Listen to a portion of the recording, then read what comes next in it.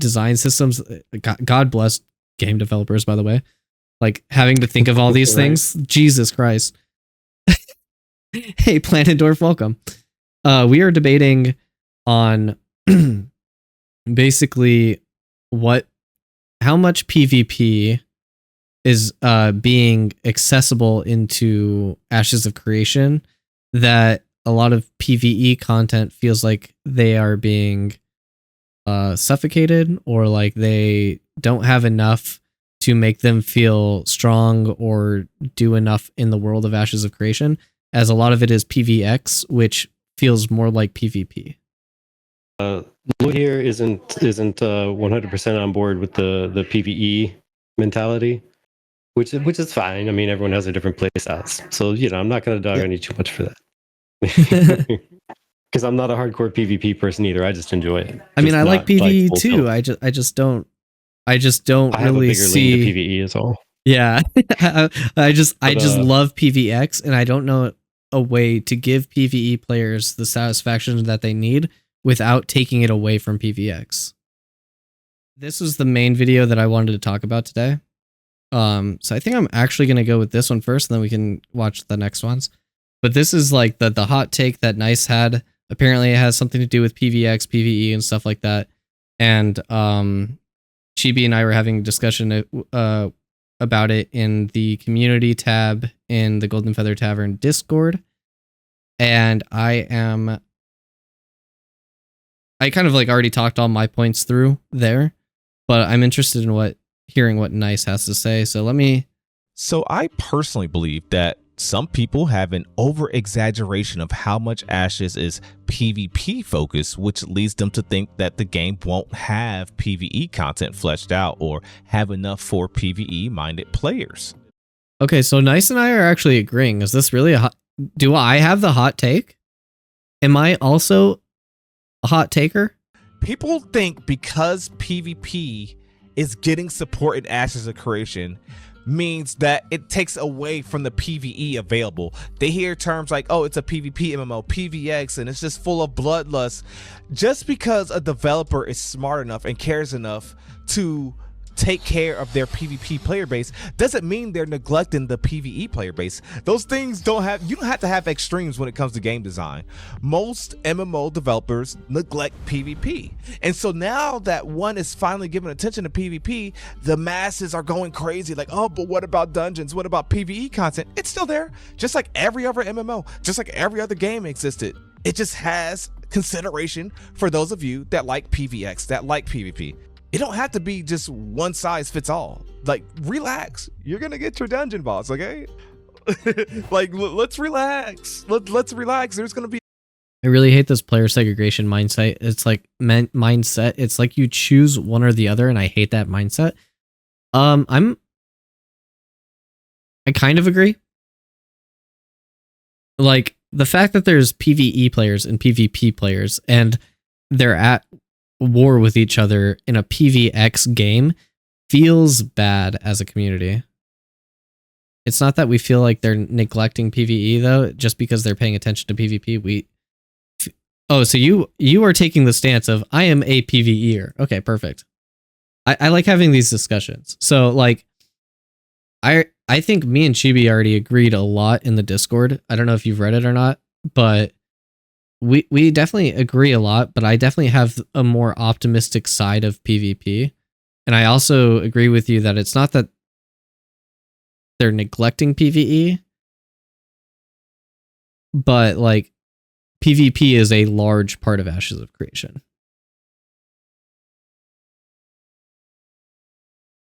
We feel like they're neglecting PvE because they're neglecting PvE.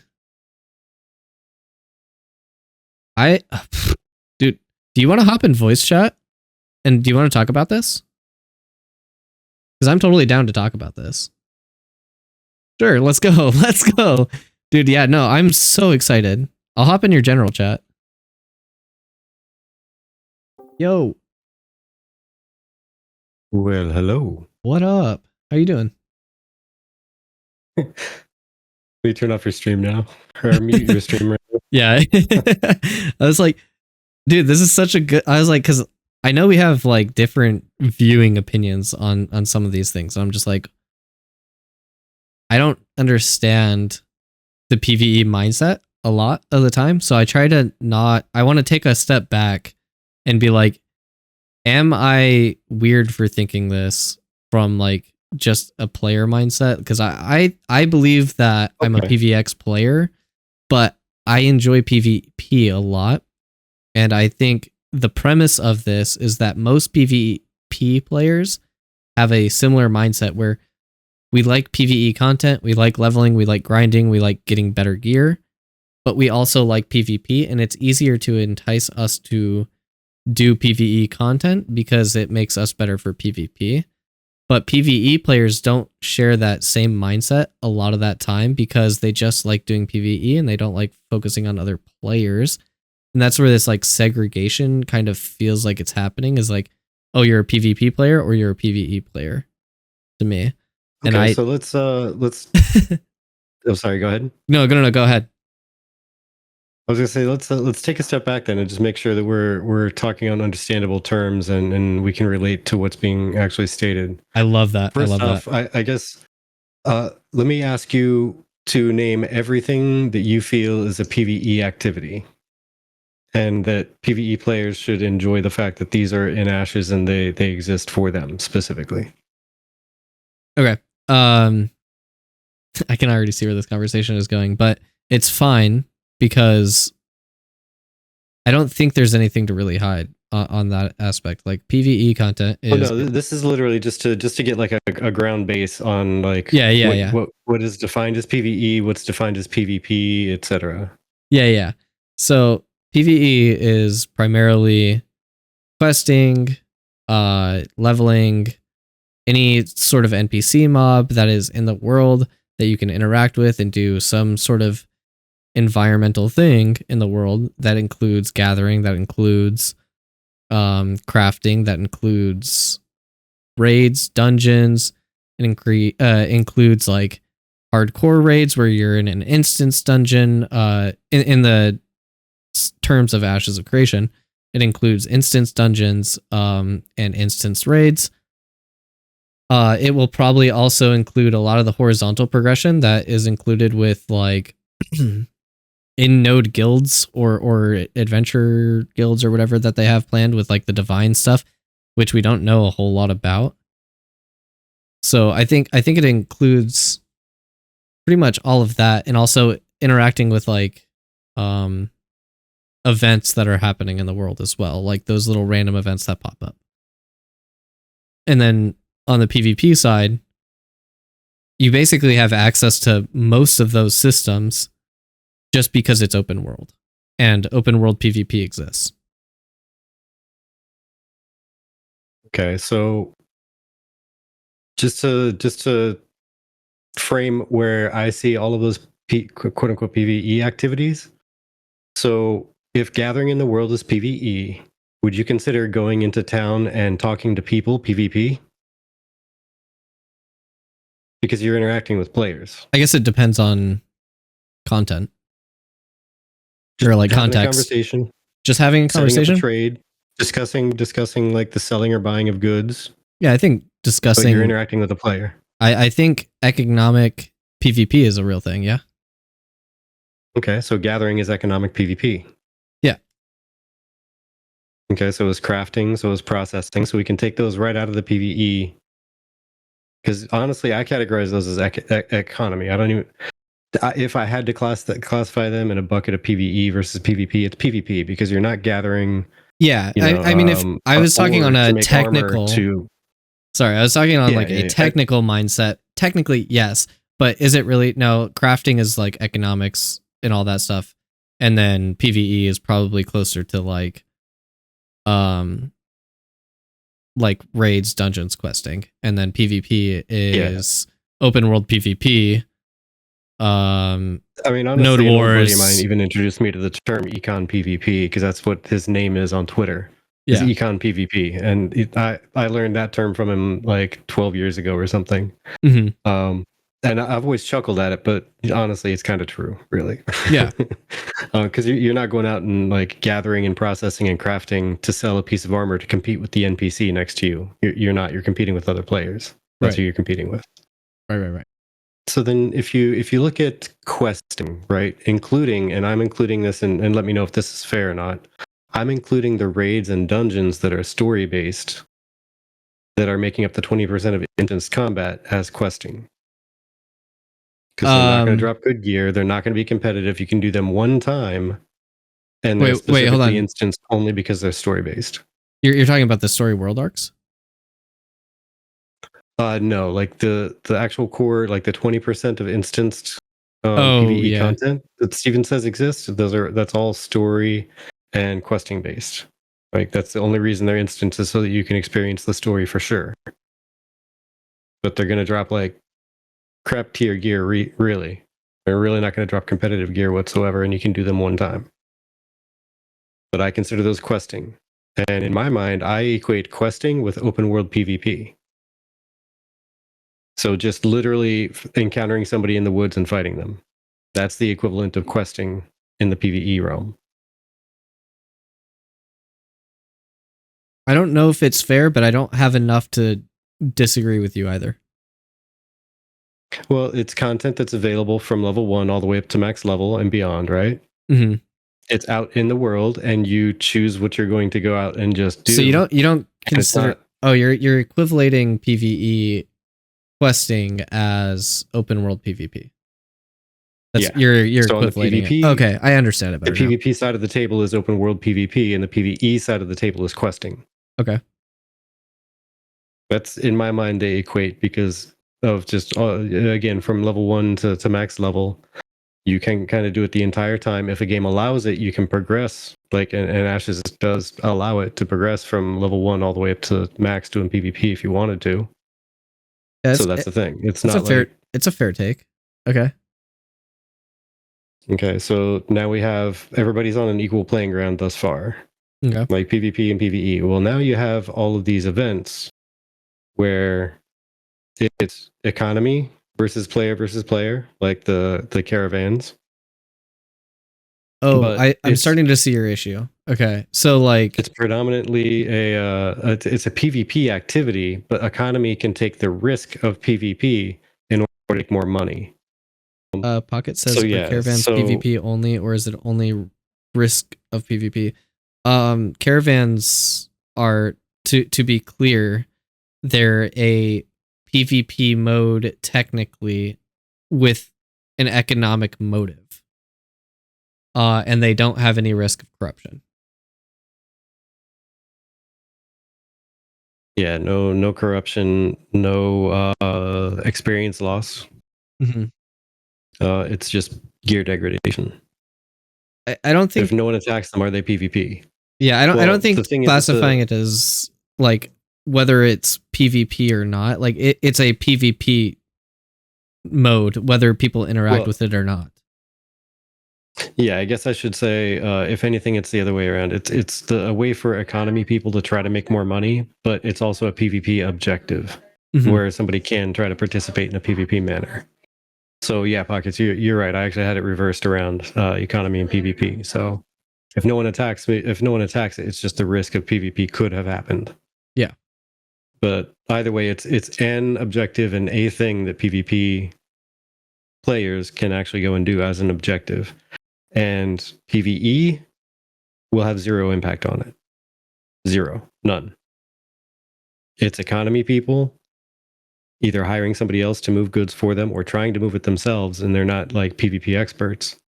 And PvP people can come and, in theory, just roll right through them, because it's probably going to include some economy folks who aren't the greatest at PvP and are trying to save every nickel, diamond, gold coin they can. So they're not wanting to split 50% of whatever the profits are. Yeah. No, I agree. But yeah, regardless, there's that. Then there's sieges, node sieges. We don't know all the details there, but from what has been said, it's going to be highly PvP focused. PvE people will be able to, in theory, participate in limited, small instanced areas for specific objectives, which they haven't said if those are PvE focused. Like you got to go and like infiltrate the castle and take out like the guard captain or something, and that's a PvE raid boss or a dungeon boss. Or if it's a PvP thing where somebody could be in there and guarding that, and it's instanced because it's going to be a limited engagement, limited number of people who can engage. So I think we don't know what those instances are. I think this is a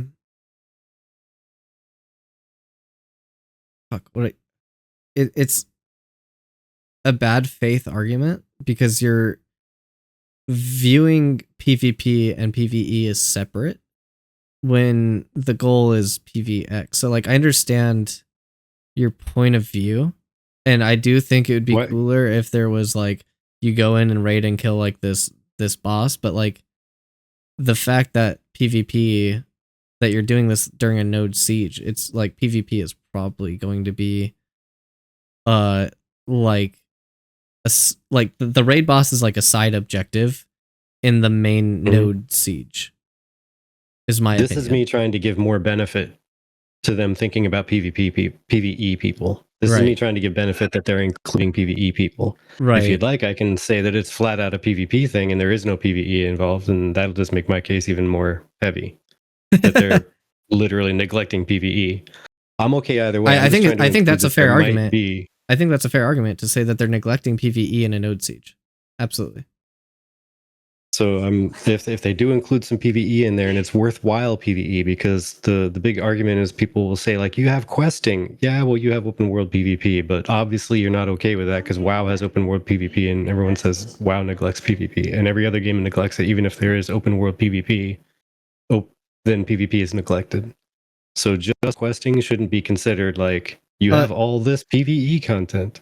No, I think when it comes to PvP, what most PvPers are upset with is that all the gearing and everything is focused around PvE content, and balancing like skill balance, all this stuff is like left to the wayside, and nobody cares about like their PvP when it comes to that stuff. Like they just don't care about balancing. They don't care about like updating patches to like make PvP a little bit more even.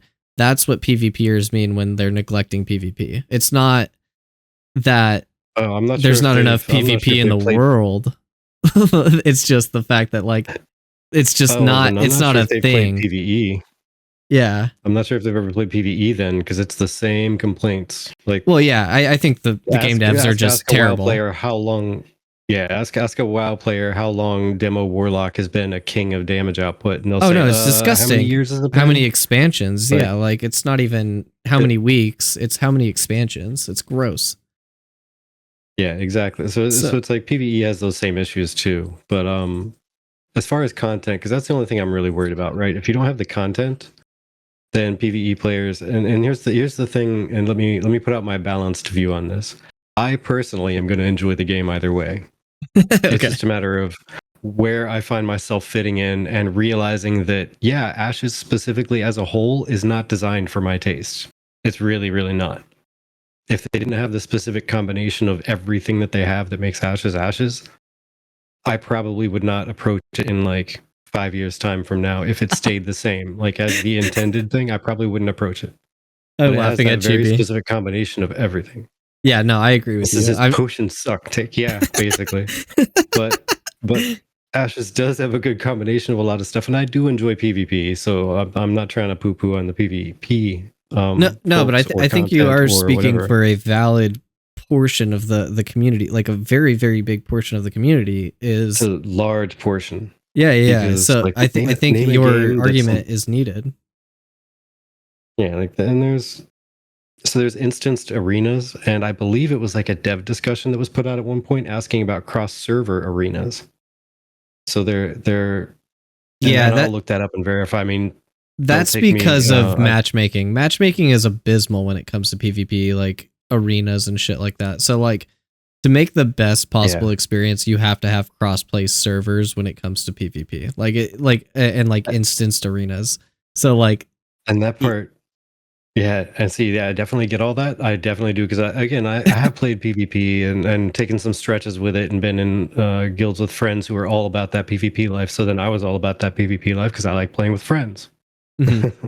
So I'll go in, even if I'm bad, even if I'm good, even if whatever. I don't care if I enjoy it or not. I'm going to do it with friends because I have a lot more fun doing something I dislike with friends than doing something I like alone. You know, Right. But that's always been a thing. And if that doesn't right there prove to you that an MMORPG will not survive being focused on PvP, I don't know what does. Because PvE, you can, if a server dies because population goes down and they need to merge servers, they are still filling raids constantly filling raids. But a PvP needs multiple servers and multiple worlds and sometimes like multiple data centers and such, all hooked up together and talking to one another and transporting to different servers just to fill an arena, not even like a battleground, but an arena. That should show you the population difference and the interest difference. So the thing I'm actually worried about, and I don't want to see happen, is if Ashes doesn't last as long as it could because the PvE player base is forgotten. Yeah, I think my point of view is not giving more PvE, but making PvE as good as all the other systems. Like, I look at like Lost Ark, for example, where this game is kind of crippled based on just being pay to win. For at least for the West. In the East, they're fine with pay to win. But that game is entirely PvE. And they have great raids. They have like great story content that you can like go through and play. They have a lot of horizontal progression that you can do. And people literally only vertically progress for better gear and like getting stronger and doing bigger numbers on these really fun, interactive, and very difficult raid bosses. However, it only affects like the top tier percent of players. Then the rest of the players are kind of like stuck being gatekept because of the way that their vertical progression works. But like, yeah, I imagine if that majority of players that like could actually enter those raids, they would have a lot of fun in those raids. Yeah. So like, I don't know what PvE content you would introduce to make PvE players happy, except for just making PvE content really fucking good. Either making it good or honestly, like, make it balanced so that it just feels more like everyone has, a fair shake at playing their preferred play style to some degree. Because PvX, I do love PvX environments no matter what. Again, a lot of this is me being more like vocal because I can to help represent PvE base. I mean, say your thoughts too. Like, represent yourself, dude. Like, yeah. I mean, my thing is, I can enjoy all of it. The only thing is, and this is one of the big reasons why I think I'll have fun in Ashes no matter what. And it is the corruption system, and it is how that's being introduced, especially in open world areas where corruption becomes a thing. They can lose more experience. There's a bounty hunter system that can hunt down corrupted. I love that. I want to have one of my characters be a bounty hunter. It's going to be great. But at the all same those systems time, are awesome. Anyways, go ahead. The thing that really got me into video games a long time ago, and this is where it's going to get to the core of my actual like emotions and feeling on the matter, right? When I was growing up, I lived in one area no longer than 2 years, my entire life until high school. I spent 4 years in high school and then I moved again. I never had the chance to like really make friends. I didn't want to because I always had to say goodbye to them after a year or two. And it's like, I had no actual friends and I'd always get taunted and made fun of. And, I was the new kid in the back who was quiet. And I made a connection to escape all of that and kind of reset myself. I bonded with games and music. Those are my two things, games and music. And so to this day, half of the reason I play games is literally to just let my brain kind of relax, and I enjoy the time online with friends, just doing something that's chill. It's formulaic. I can let my crazy thoughts throughout the day, and by crazy I just mean like this is when I became a horde player. Yeah, I'm just laughing But, at pockets. Yeah. yeah. That's so shitty for that But, to like, happen, I by the have way.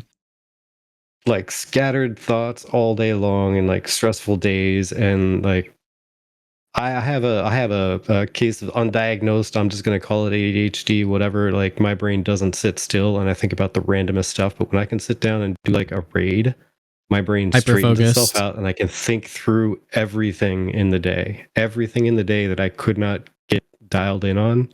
I can get figured out during a raid because it's formulaic and it's a process and it's learning and it's still progressing. I get it. I get that dopamine hit of we beat the raid, or hey, we got to work harder on this thing. And because I can get focused on one thing that keeps changing because it's different bosses and different environments and whatever, then I can keep my attention on it long enough to let everything else kind of casually sort itself out while we're raiding, we're doing dungeons or whatever. So that's kind of why I would really like that content personally. But I know some people absolutely despise the PvP aspect of just games in general, so they really don't want it, and they want to do something to at least say, hey, at least there's this content for me every once in a while. So like introducing a couple dungeons or raids that don't drop anything worth any money, just give you some titles and some cosmetics and something. Yeah, no, Like, that's fine. I actually hella relate to that as well. Like, I say I'm a PvP player and stuff like that, but like sometimes I hop on an MMO and I'm like, I'm just gonna do my dailies. I'm gonna grind. I'm gonna go do like a little raid with my homies and like not even enter voice chat or whatever, and we're just gonna do the mechanics or whatever. And it's very calming to do that. And I understand the perspective of like doing that in an open world almost feels where open PvP is enabled. It almost feels impossible to just relax like that because you're always consciously aware of somebody else that's entering the area or whatever. I guess it's my background that I share a different viewpoint on how that actually goes, though. Well, see, the other counterpoint that I also had to contribute to that, though, is name one PvP focused event that PvE is going to have a heavy impact on by itself. Right. Just PvE, not something that like a PvP lover would be able to just do because, but like it would actually take some PvE interaction, and like a PvE focused player would be the only one really interested in doing that. I think that might be like an important thing, but because I don't know how to do that. Like, that sounds really important to do and sounds like it would be really great for PvE players to make that happen. But how do you do that? And what does it look like? Because I had one suggestion. Okay. What's that? For something like this, and it's gonna make it would make so many people angry, and it makes myself angry just thinking about this, but it's a suggestion, though. 2 gear sets. Oh yeah, I hate flat that. out 2 gear sets. I hate it.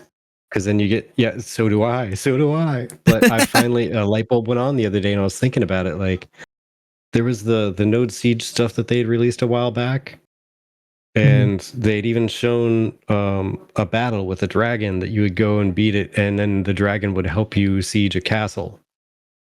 Right. Well, if there were 2 gear sets, and you had to set your skills in before you went to this siege, and people were locked out because they're going to limit it to the number of people just for FPS and server stability and all that. So then the PvE geared people would go and take out the dragon because the PvP people wouldn't be able to. But so then the PvE people have their raid, the PvP people have their siege, and it all works towards the same goal. But the PvP people wouldn't be able to just be like, okay, let's go kill all these PvE Care Bears, slay them, and move on. And then we'll take down the dragon because why not? We're already here. What does that PvE gear do though? Like, so it's so hard to have that system because you could say like it gives them like 2,000 attack damage, but against players it gives them 250 attack damage. Like, you'd have to like for PvE gear for it to be like balanced on a PvP level, but also make them overpowered for PvE content, and then make that PvE content just extremely hard. You have the same exact stats, just put 2 different additional stats. One that gives you defense against players, and another that gives you attack power against players, or something along the. No. Yeah, because I had this in my mind the other day, but like okay, I'll let you go. Yeah, one that would like let all your or would reduce your power against players, and the other one would reduce your power against NPCs. That's what I was thinking. But those 2 stats, one of them has to be on a piece of gear. Yeah, because if you're wearing I'm a just full set of thinking gear that like reduces your- the PvP geared people would just go and kill the PvE people, and then that's that. Like that's the only thing I'm thinking is like the PvP geared people would just go to a PvE area, kill the PvE players, and then continue PvPing. And then see, so the system would have to be like very balance, nuanced. Yeah, it would have to be balanced in a certain way where that doesn't happen. Or even like a stat that reduces. I don't think we really have to like go into like the specifics, just like the concept of like for making that happen. Like the actual like deep dive into it probably doesn't need to exist on our front. Like the conversation part is us, right? Like I want to be able to do this so that this system works, and then you guys figure out the math behind that, okay? And then we balance it from based on that. That's our job as community content creators. Is I have this idea, go make it work. Yeah, I have this idea. I'm not a developer though, so I'm gonna take it this far. If you like the idea, run with it. I won't even charge you. Just put it in the game, please. Yeah, no, it's great, but like, so I could see that working. Stats. Like everything else about the gear could be identical, and you know what? Artists could even change up if it's a PvP or PvE set. You find it on the ground because it's whatever, like a corrupted player dropped it because either they were wearing it or it was in their bag. Mm-hmm. Oh, well, it looks like it's set for PvE, but I want it to be PvP. Hey, Armorer, can you change this up real quick? I think you need like a legendary thing or an epic item from over here. I'll go get one. I'll be right back. Oh, 100 gold? Cool. Yeah, that works. Yeah, I'm not. So something like that could actually help. I mean, again, I hate myself for even thinking of it, but it actually kind of started to make sense when I was thinking about it. Like that's one way it could help is if they put in some PvE components to stuff like the node wars when they're showing off the. I mean, I liked your idea originally of like you go and kill a raid captain, like that's a raid boss inside like a node war or a node siege, and you go kill the captain, and it significantly like lowers their defenses or their morale or whatever. And you are more easy to like break in, but to do that you have to like go through like some tunnels or something like that, or like break through the gates, and maybe the gates are something that like crafter like the economic part is like taking part in, but like I don't know, there's a lot of things that could happen, and it's like, is that good? Like, is it a good gameplay loop first and foremost, and then after that it's like, does that even accomplish what we set out to do? Like, would killing a raid captain in a node siege make PvE players happy, or would they feel like they're just doing PvP content still? Like, for myself, I would personally feel like now it's PvX because I am PvEing in a PvP environment and it's making a difference. And I could get sniped at some point, either on the way to that objective, on the way back from it, potentially depending on how they set it up while doing that activity. Mm-hmm. I need to have some people with me. Like when it comes to sieges specifically, I'm talking about like with the siege specifically because of the environment that it is. Like, it's a full-blown war. I mean, of course, if I'm taking out a PvE thing there, I could expect to get sniped. It'd be nice to have it instanced. That'd be great. Like, but I would. I think the best example of a PvX encounter and something that I will die on this hill on, and if it's not in ashes, I will cry a river. But if there are world bosses, which there will be, like Tumok, for example, and players and guilds and stuff like that fight over that boss to get the materials. That is the ideal PvX moment in my head. It is a raid mechanic with people fighting over a PvE thing, making it a true PvX encounter. Now, how to make PvE players feel good about that? They probably don't, right? Because it's open world PvX. It's not PvE content, right? So, I guess I don't know how to make PvE players happy in a PvX open world. And that's the catch, isn't it? Like, there's got to be some mechanic in there that makes it so that PvE focused players can totally tunnel vision that, and PvP players won't necessarily be aiming or be able to just swing by and casually knock it out just because they have stronger gear.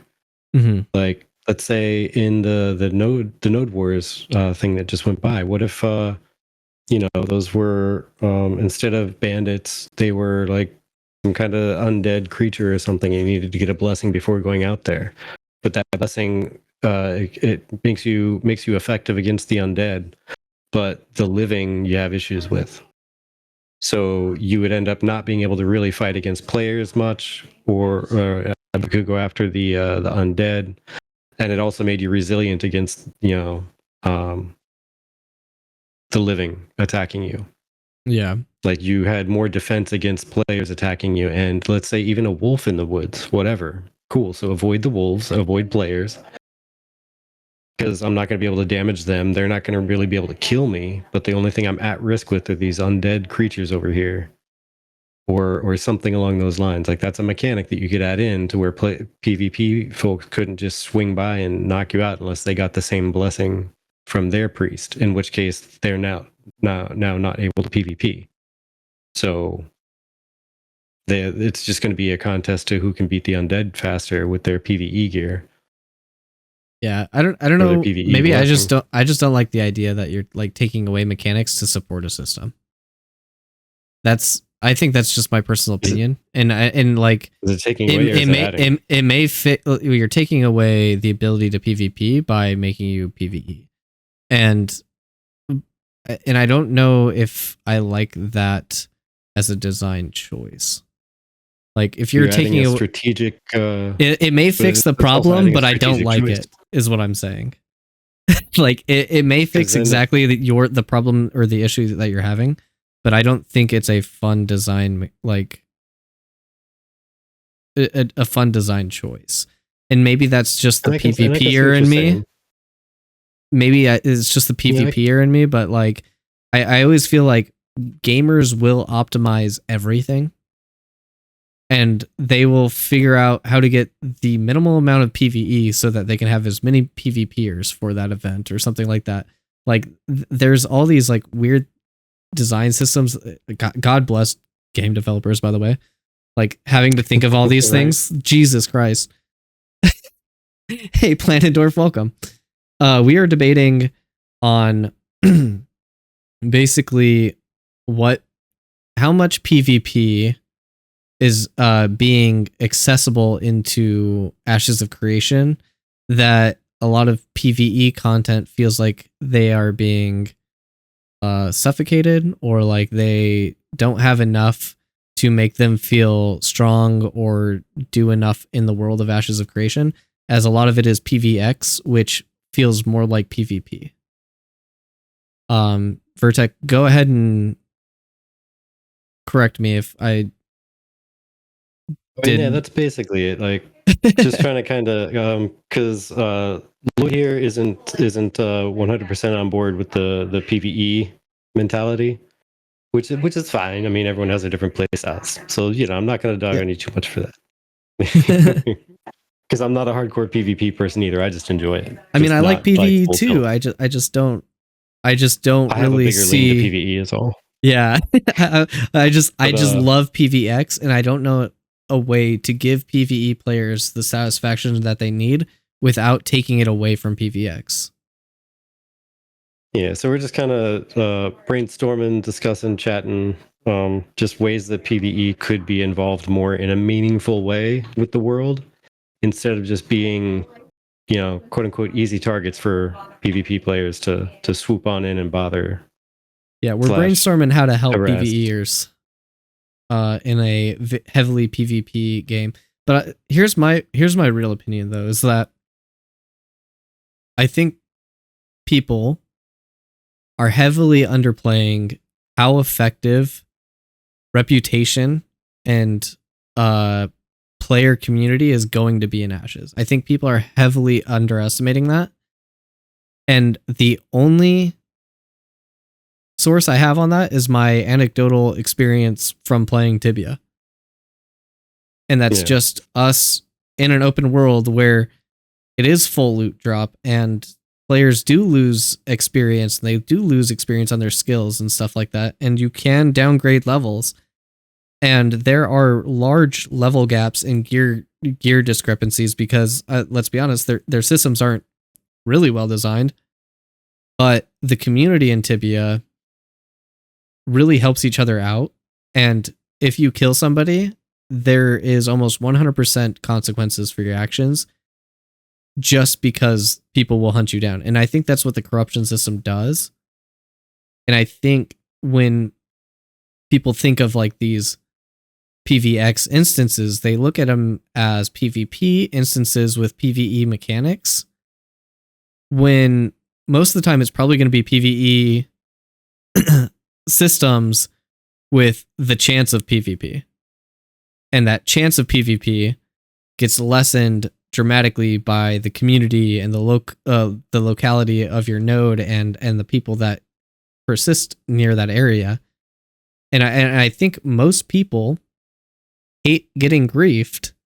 And when there is a griefer or a group that is trying to zerg a dungeon, they are not going to be too fond of that, and they are going to respond in kind. And that group will get isolated or they'll get what they gave. So I think a lot of people are overlooking that aspect. And I'm not sure. Are you familiar with EVE Online? Yeah. And what is it? Legacy? I mean, I'm aware of them, but I haven't played them. Let me be out front with that. They absolutely destroy everybody and everything, and they're basically like they'll lose a battle or two, but in the overall war, they're just absolute machines for dominating everything in EVE. Was there any from my knowledge, it's just like a sandbox, and they just don't have any like stopgaps like corruption. Oh, they would find a way around corruption. There's a zillion ways around corruption, to be honest, because let's say you were talking about Zergs, right? We just earlier during our podcast, I was just mentioning like a Zerg can be as much as however many people they want, because they're going to have 1,000 people on a server guaranteed, if not more, in their guild. Like I'm using quotey fingers for guild, but they're all going to be different names, and it's going to be a giant thing, and that's kind of at minimum I'm expecting.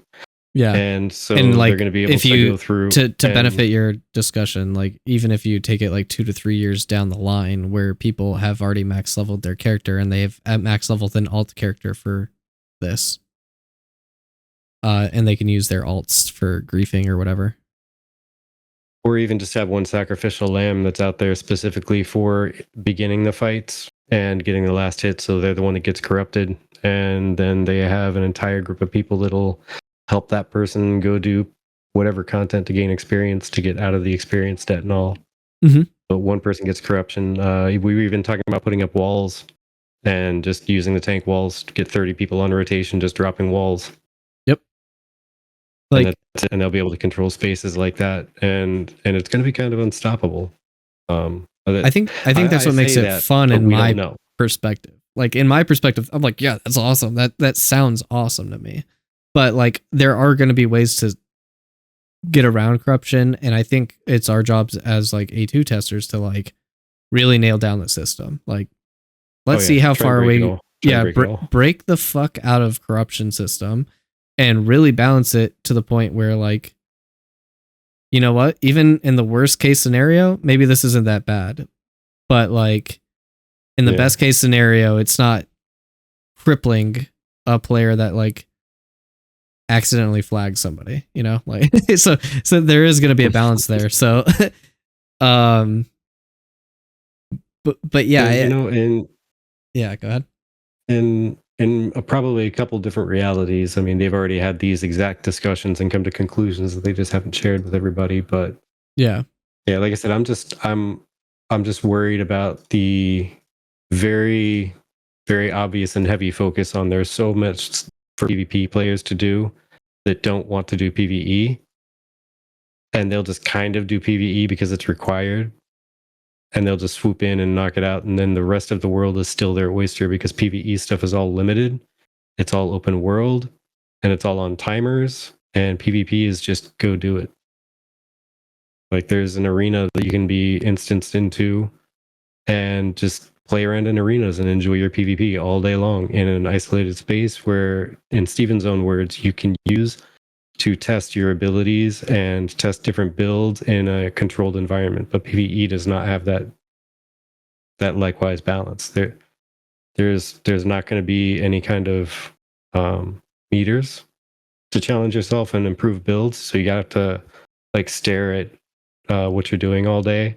If you can get into a dungeon or raid with a significantly tough and difficult monster to fight because somebody else could have knocked it out in the open world, you literally can't even see it. Yeah, Can't even experience it to even test yourself against it. Excuse me one moment. no, you're good. While you're sorry. getting like a I water need to break, drink more water when I'm talking. I was gonna, yeah, I have like I go through it so much during stream, like I'm already out. Yeah. But Planendorf said the corruption system isn't like his department or anything, so just excited to play AOC as a PvE player, albeit a filthy casual one. Hey, give yourself some credit. You're not a filthy casual if you're developing games, okay? Yeah, right. You're not a filthy casual if this is your You're busy job. doing the Lord's work. I think that what PvX gives PvE players is an interesting problem to solve. Hopefully things like corruption and other thank you for the follow, Ludulu. Thank you for coming. Hopefully things that like corruption and other similar systems will help dictate flow or logic to that open world PvP that PvE players learn to navigate around. And I mean, I think that is the thing, is like this is largely a player problem from my standpoint, unless there's like some real system that needs to be implemented for PvE players. I think that's like, if it's a PvE thing that like what Chibi is saying in the chat, doing harder version of the story for like cosmetics, titles, achievements and stuff, I think that could be added, and I think that'd be great, kind of like Mythic Plus or whatever, having certain be titles. all about that life. Yeah, I would love that idea for like PvE players. Again, like just to restate it for Planendorf's benefit, because I already mentioned it to you, like I do like PvX. I don't like it when there's no controls like corruption, etc. And there's no real social impact like Ultima Online. That's why I tapped right the F out of the PvP servers, because there was no penalty and people were going rampant, literally standing right outside of towns and nuking every player that walked by. Yeah. And it was insane. It was absolutely out of control. To your point, Tibia had the same issue. Like early versions of Tibia were like, you had to have safe zones. You couldn't attack people in the depot. You couldn't attack people in the temple. Most of the world is PvP, but like you have to have your safe zones. Otherwise, like players just go too crazy. Yeah. So like my main fear though is that the people who love PvE so much that they want to play a game that includes PvE objectives and places where you can really test your PvE performance without interference by PvE, that may drive away a large portion of audience, and there's only so much Steven can fund on his own. Yeah. So, I mean, no matter how deep the pockets, there's only so much before it's like, well, you know, it was fun while it lasted. And I never want to see that day come. I never want to see that day come. Yeah, no. Especially since like Ashes has so many things that I desire. The one thing I really don't want is players to be unhappy, which is why I think it's so imperative to have like this discussion, be like, what do PvE players need to succeed and to have fun while PvX exists? And I think To feel fully engaged, I think, is probably the best term I can come up with. So Okay. PvE players who really enjoy PvE can feel like they can fully engage in some PvE content without somebody saying, "Well, you have questing. Come on, really? Well, like you have gathering. Come on, be serious here." yeah. Like, you know what I'm talking about.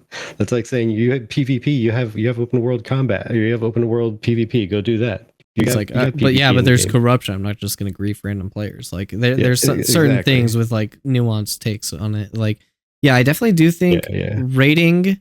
Ooh, I said this in our little discussion, but I haven't mentioned it yet. I think there should be really hard raids to do throughout the leveling process that are instanced. So like if you're doing like a level 10 raid, there should be an instance level 10 raid that is really hard for level 10 players to do. And I think that should happen throughout the game as well for PvE players. And you know what? While it's on the brain, something that developed with a bunch of us chatting in. I think it was one of Zillin streams like a long time ago. And so it's probably floated its way up to Intrepid and whatnot by now. But how cool would it be to actually have like a true PvX arena type setup, or even just PvE, where it's literally a boss race? Like there's two separate teams. They start in two separate rooms. They fight a boss in that room, they move along, and then the rooms connect in the middle, and there's one big raid boss. That would be dope. The team that gets credit for the kill, their door opens first, and the other one's on like a 30-second delay to get to the next boss that's separated, and then they combine again to a fourth raid boss, and then it's really a race to the end. And how soon can you beat them? And then you're graded on. Or last man standing wins. Like that would be so much fun. Yeah, stuff like that. Yeah, exactly. And like. At the end, there's a leaderboard with how much damage was mitigated, how much was healed, how much was done, how much damage you took by standing in fire. Like, how many times the boss crushed a tank. Like, how epic would that be? And then also, if there was at the end of it, like additional for getting there early before the other team, but because then you can now recover and prep and get ready for a PvP skirmish that's going to happen at the end. Now it's suddenly PvX experience from beginning to end, where you have to have coordination, learn the dances of the bosses, engage with, not getting taken out while trying to take out the boss that's in the combined room. So it's going to be PvP and PvE mixed up in that one room. And no, I think that would be amazing. Fight the other team. Oh. That's crazy. No, like that would be such a fun PvX game mode, actually. And if there were more PvX game modes like that, like arenas, I think that would be really cool. I also think those like types of arenas should like allow should be like open world allowed, but like spectators from above.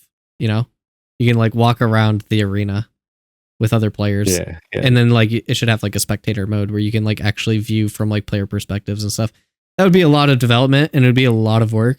But could you imagine that being like an actual game mode for like Ashes of Creation esports?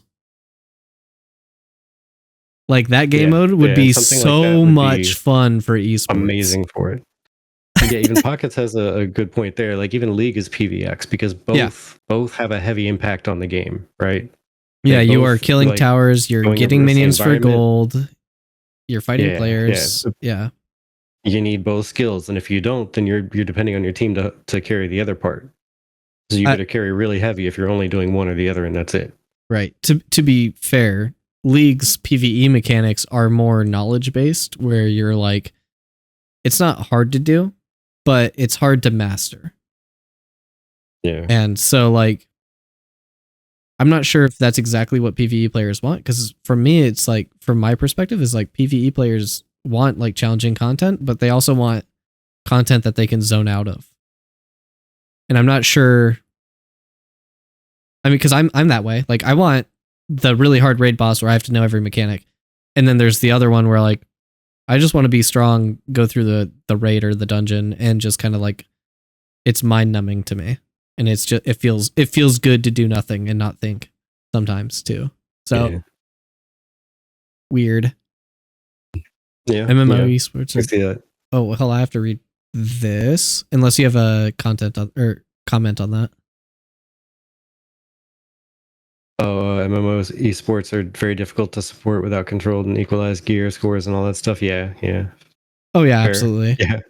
The one that thing, this is why I don't like. I like the idea of soft capping gear. I don't like vertical progression in MMOs because new players come in and the gap gets insanely wide between veteran players and new players to the point where it's like impossible to catch up, especially with like Ashes stuff. I have such a big concern about like vertical progression, although it's been vastly lowered because of the Node Wars stream where Steven was level 30 and he was still dying, even though he was like there was a 15 level gap, but he was still dying. So like my worries are a little bit quelled. But yeah, for like things like PvP caravans, node sieges, wars, arenas, all this stuff, I think vertical progression is not a good system for longevity of an MMO. It's like a band-aid fix that they do to have another expansion to get better gear to be stronger, and then hope we see you next expansion next year when you do the same thing with different raids, with different mechanics for ultimately the same concept. And we're going to keep doing this until we power creep up and have to reset back down to level 50 because we were getting too far with it. Like, yeah, I was well actually here, maybe this will be something to bounce off you too. I thought it would be neat to make kind of everybody happy, because one of the reasons I like vertical progression to exist with new expansions is because it gives me a new goal to strive for besides just go beat these other things. I get a feeling of I have expanded my power, I've gotten stronger. But like, what if and I'm not a developer, so I don't know how much back end work this would take. But if let's say Planet Norm, I mean, Steven handicap is real. Yeah, you like that? But like, so the game launches with a level 50 cap, right? You get to level 50 cap, and let's say it's the typical 2 years and a new expansion comes out, and there's like 5 more levels added.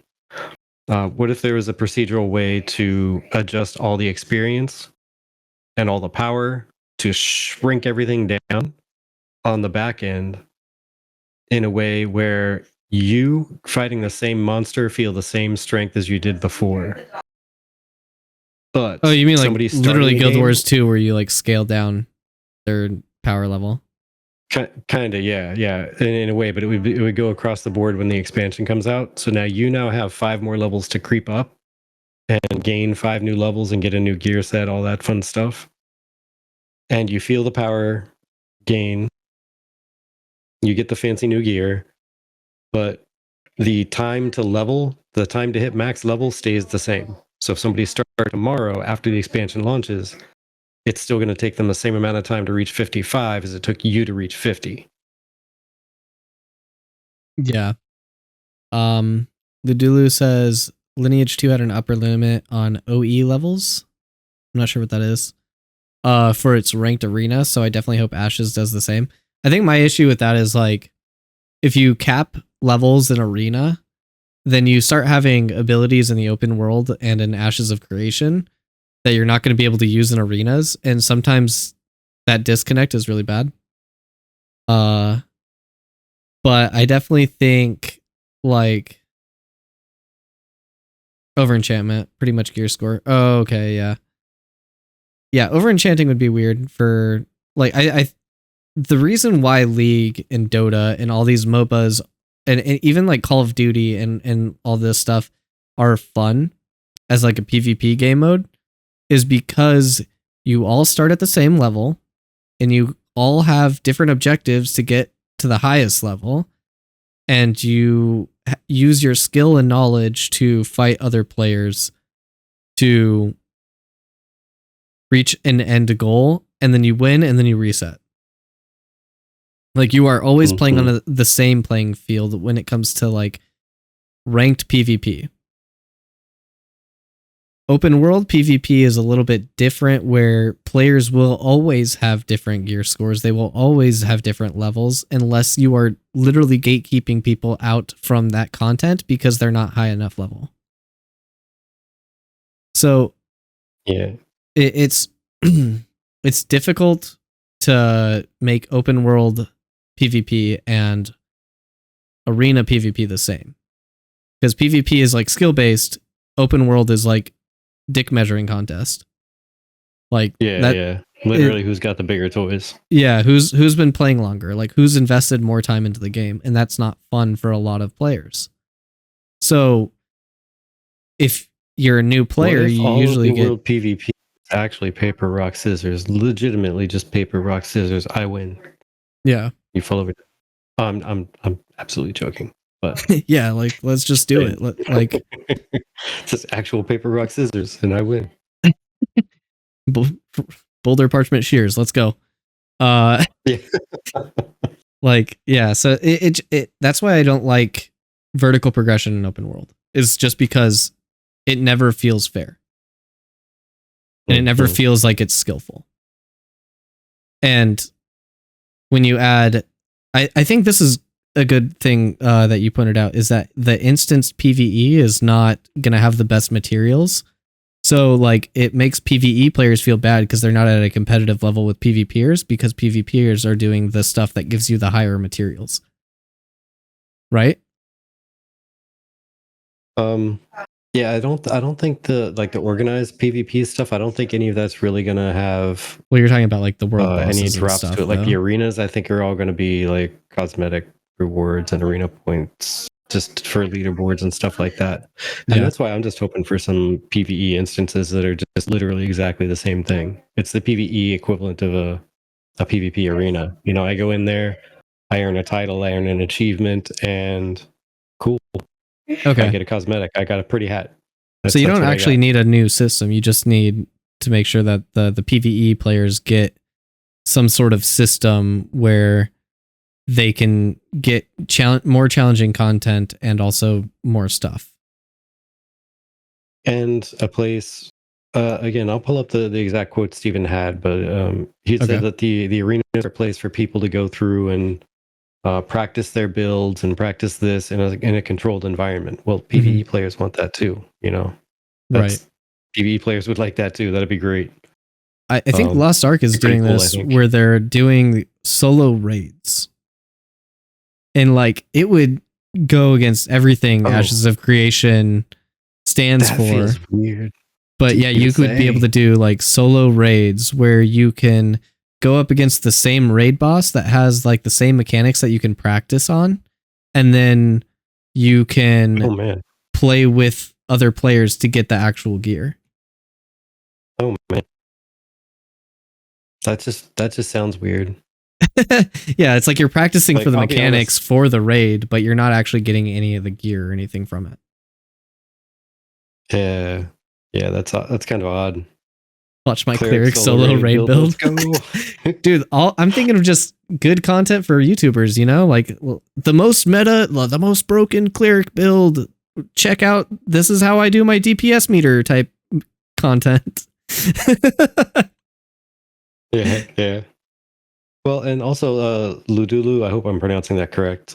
Saying getting more rewards and instance content would go directly against Steven's desire for what Ashes is, though. And yeah, and that's why I'd be perfectly okay if there was no like tangible rewards and it was all just visible, like cosmetics or achievements. Literally mirror whatever the PvP arenas get, and I'll be happy. Whatever they get for instanced arena combat, I'm fine with that. I just want. I think that's a good idea. Area to go in and practice my skills. Really. Yeah, I would love to do that even as a PvPer. Like I would love to do certain raids, get more cosmetics, because you know I like to collect things sometimes too. So like I love that idea.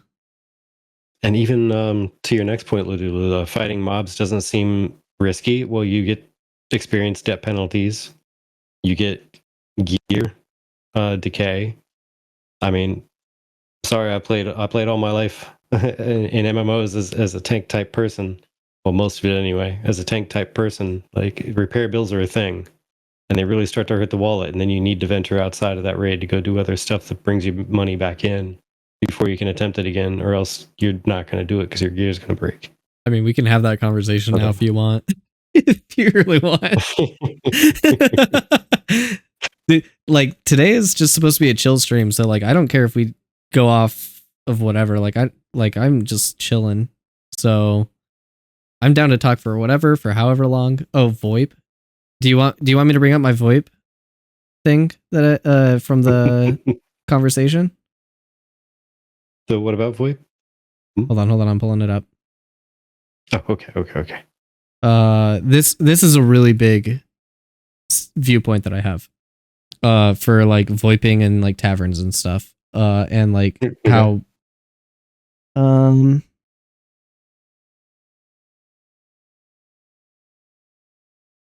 am I at? Okay.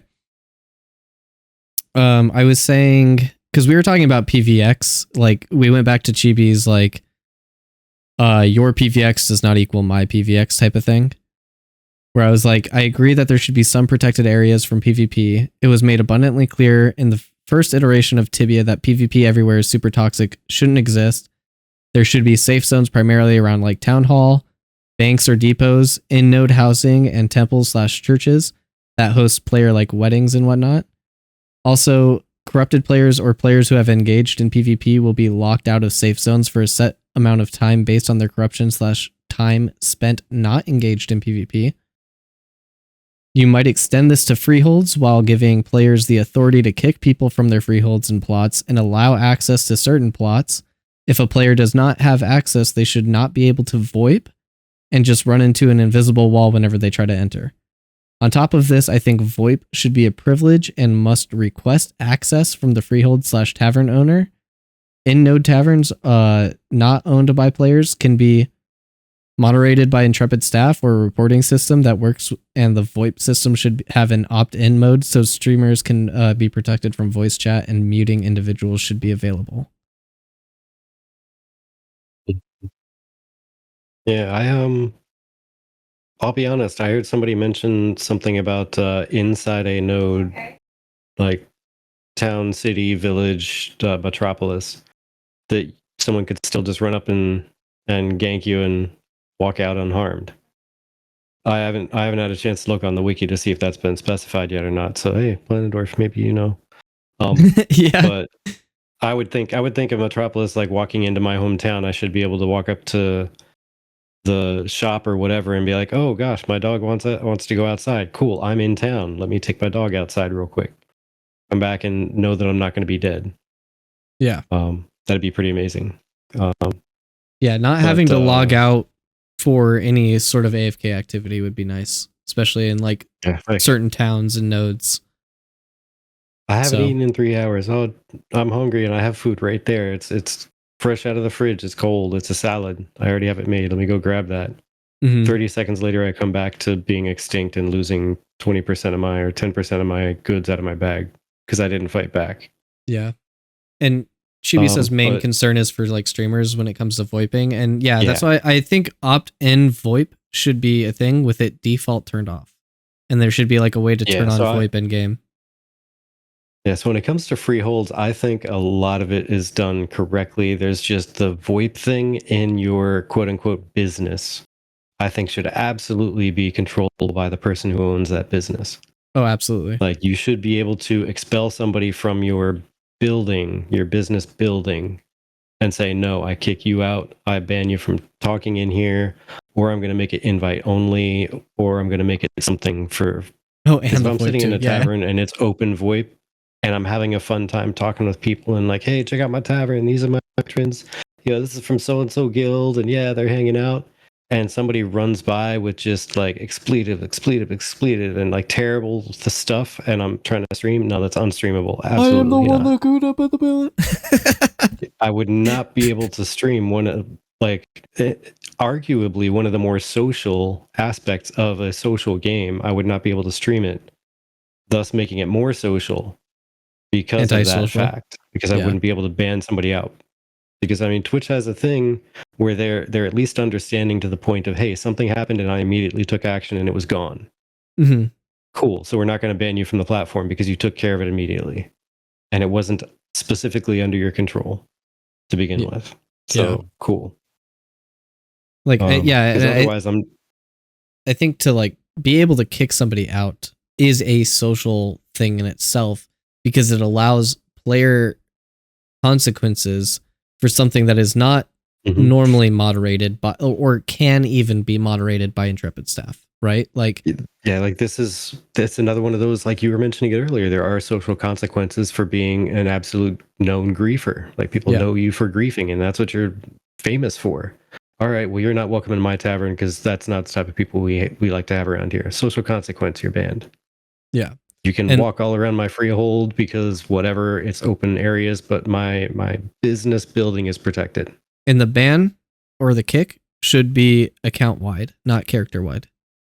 Oh, I think all of those, like blocks, bans, things like that, and like even notes should be account wide. Yep.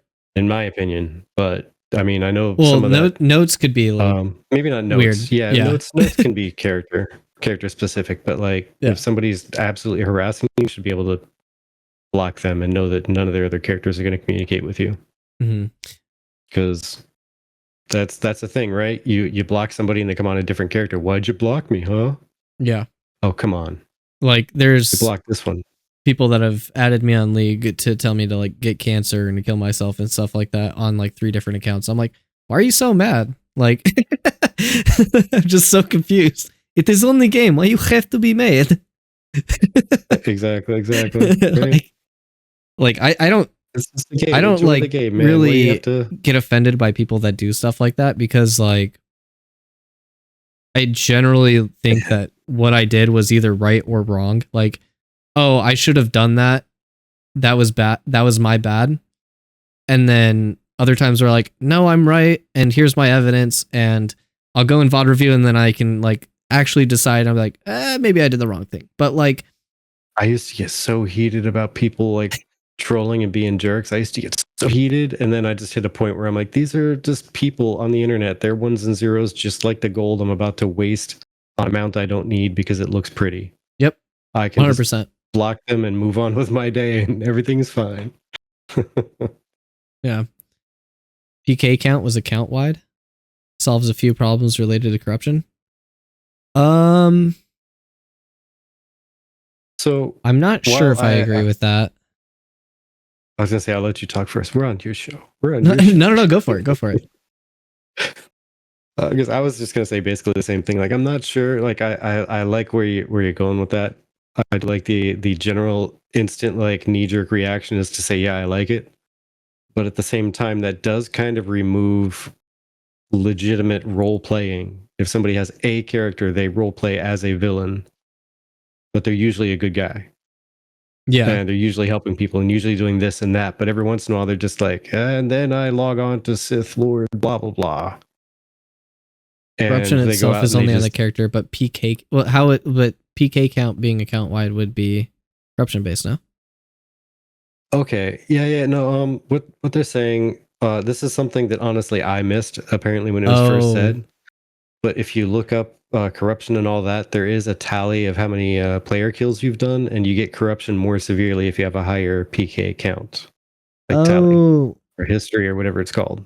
I still don't know if so I like that.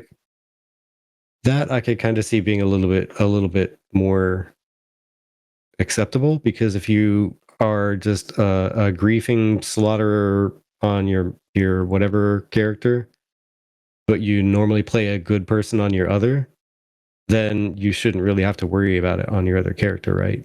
But the first time you turn to the dark side, you're gonna have a heavier penalty coming at you. Yeah, but imagine that first time being on the dark side on your good character has a legitimate justification for it. Yeah. Like, and that's why I said. That's why I'm like, I don't hate the idea, but I don't know if I like it. I'm on slightly dislike. Yeah, this is like a lukewarm, like room temp bath for me. Like if it was a thing, I wouldn't hate myself, or I wouldn't like not play Ashes of Creation. But like at the same time, I'm like, does it really need to be a thing?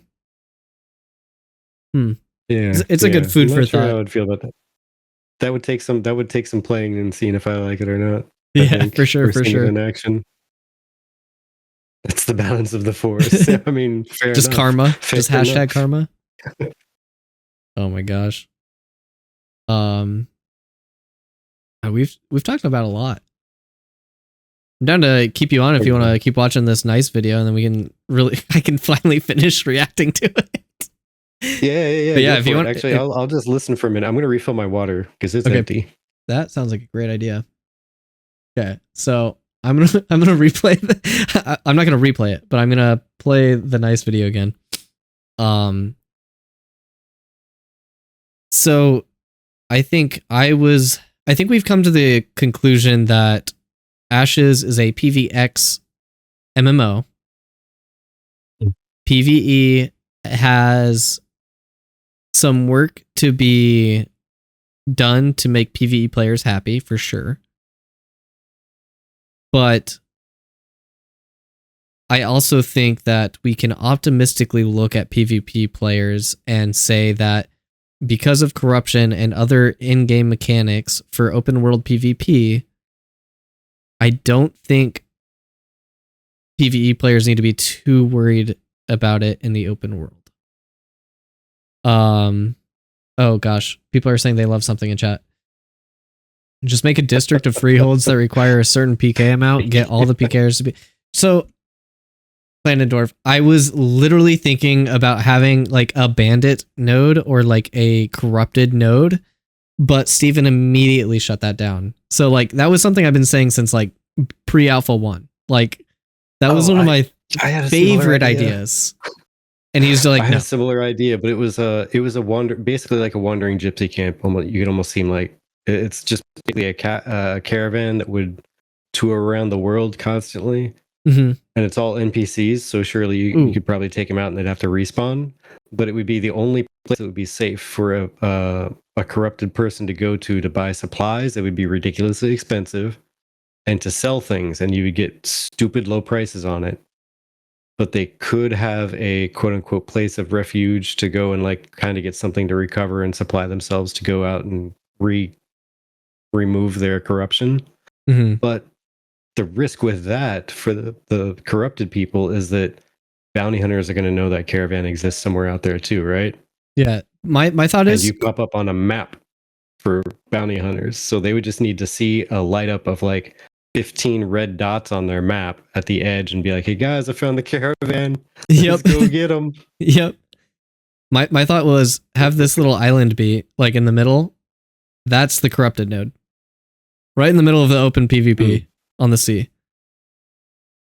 Oh man, there'd be bounty hunters sitting just circled around that thing 24/7, just cannons ready. Just kind of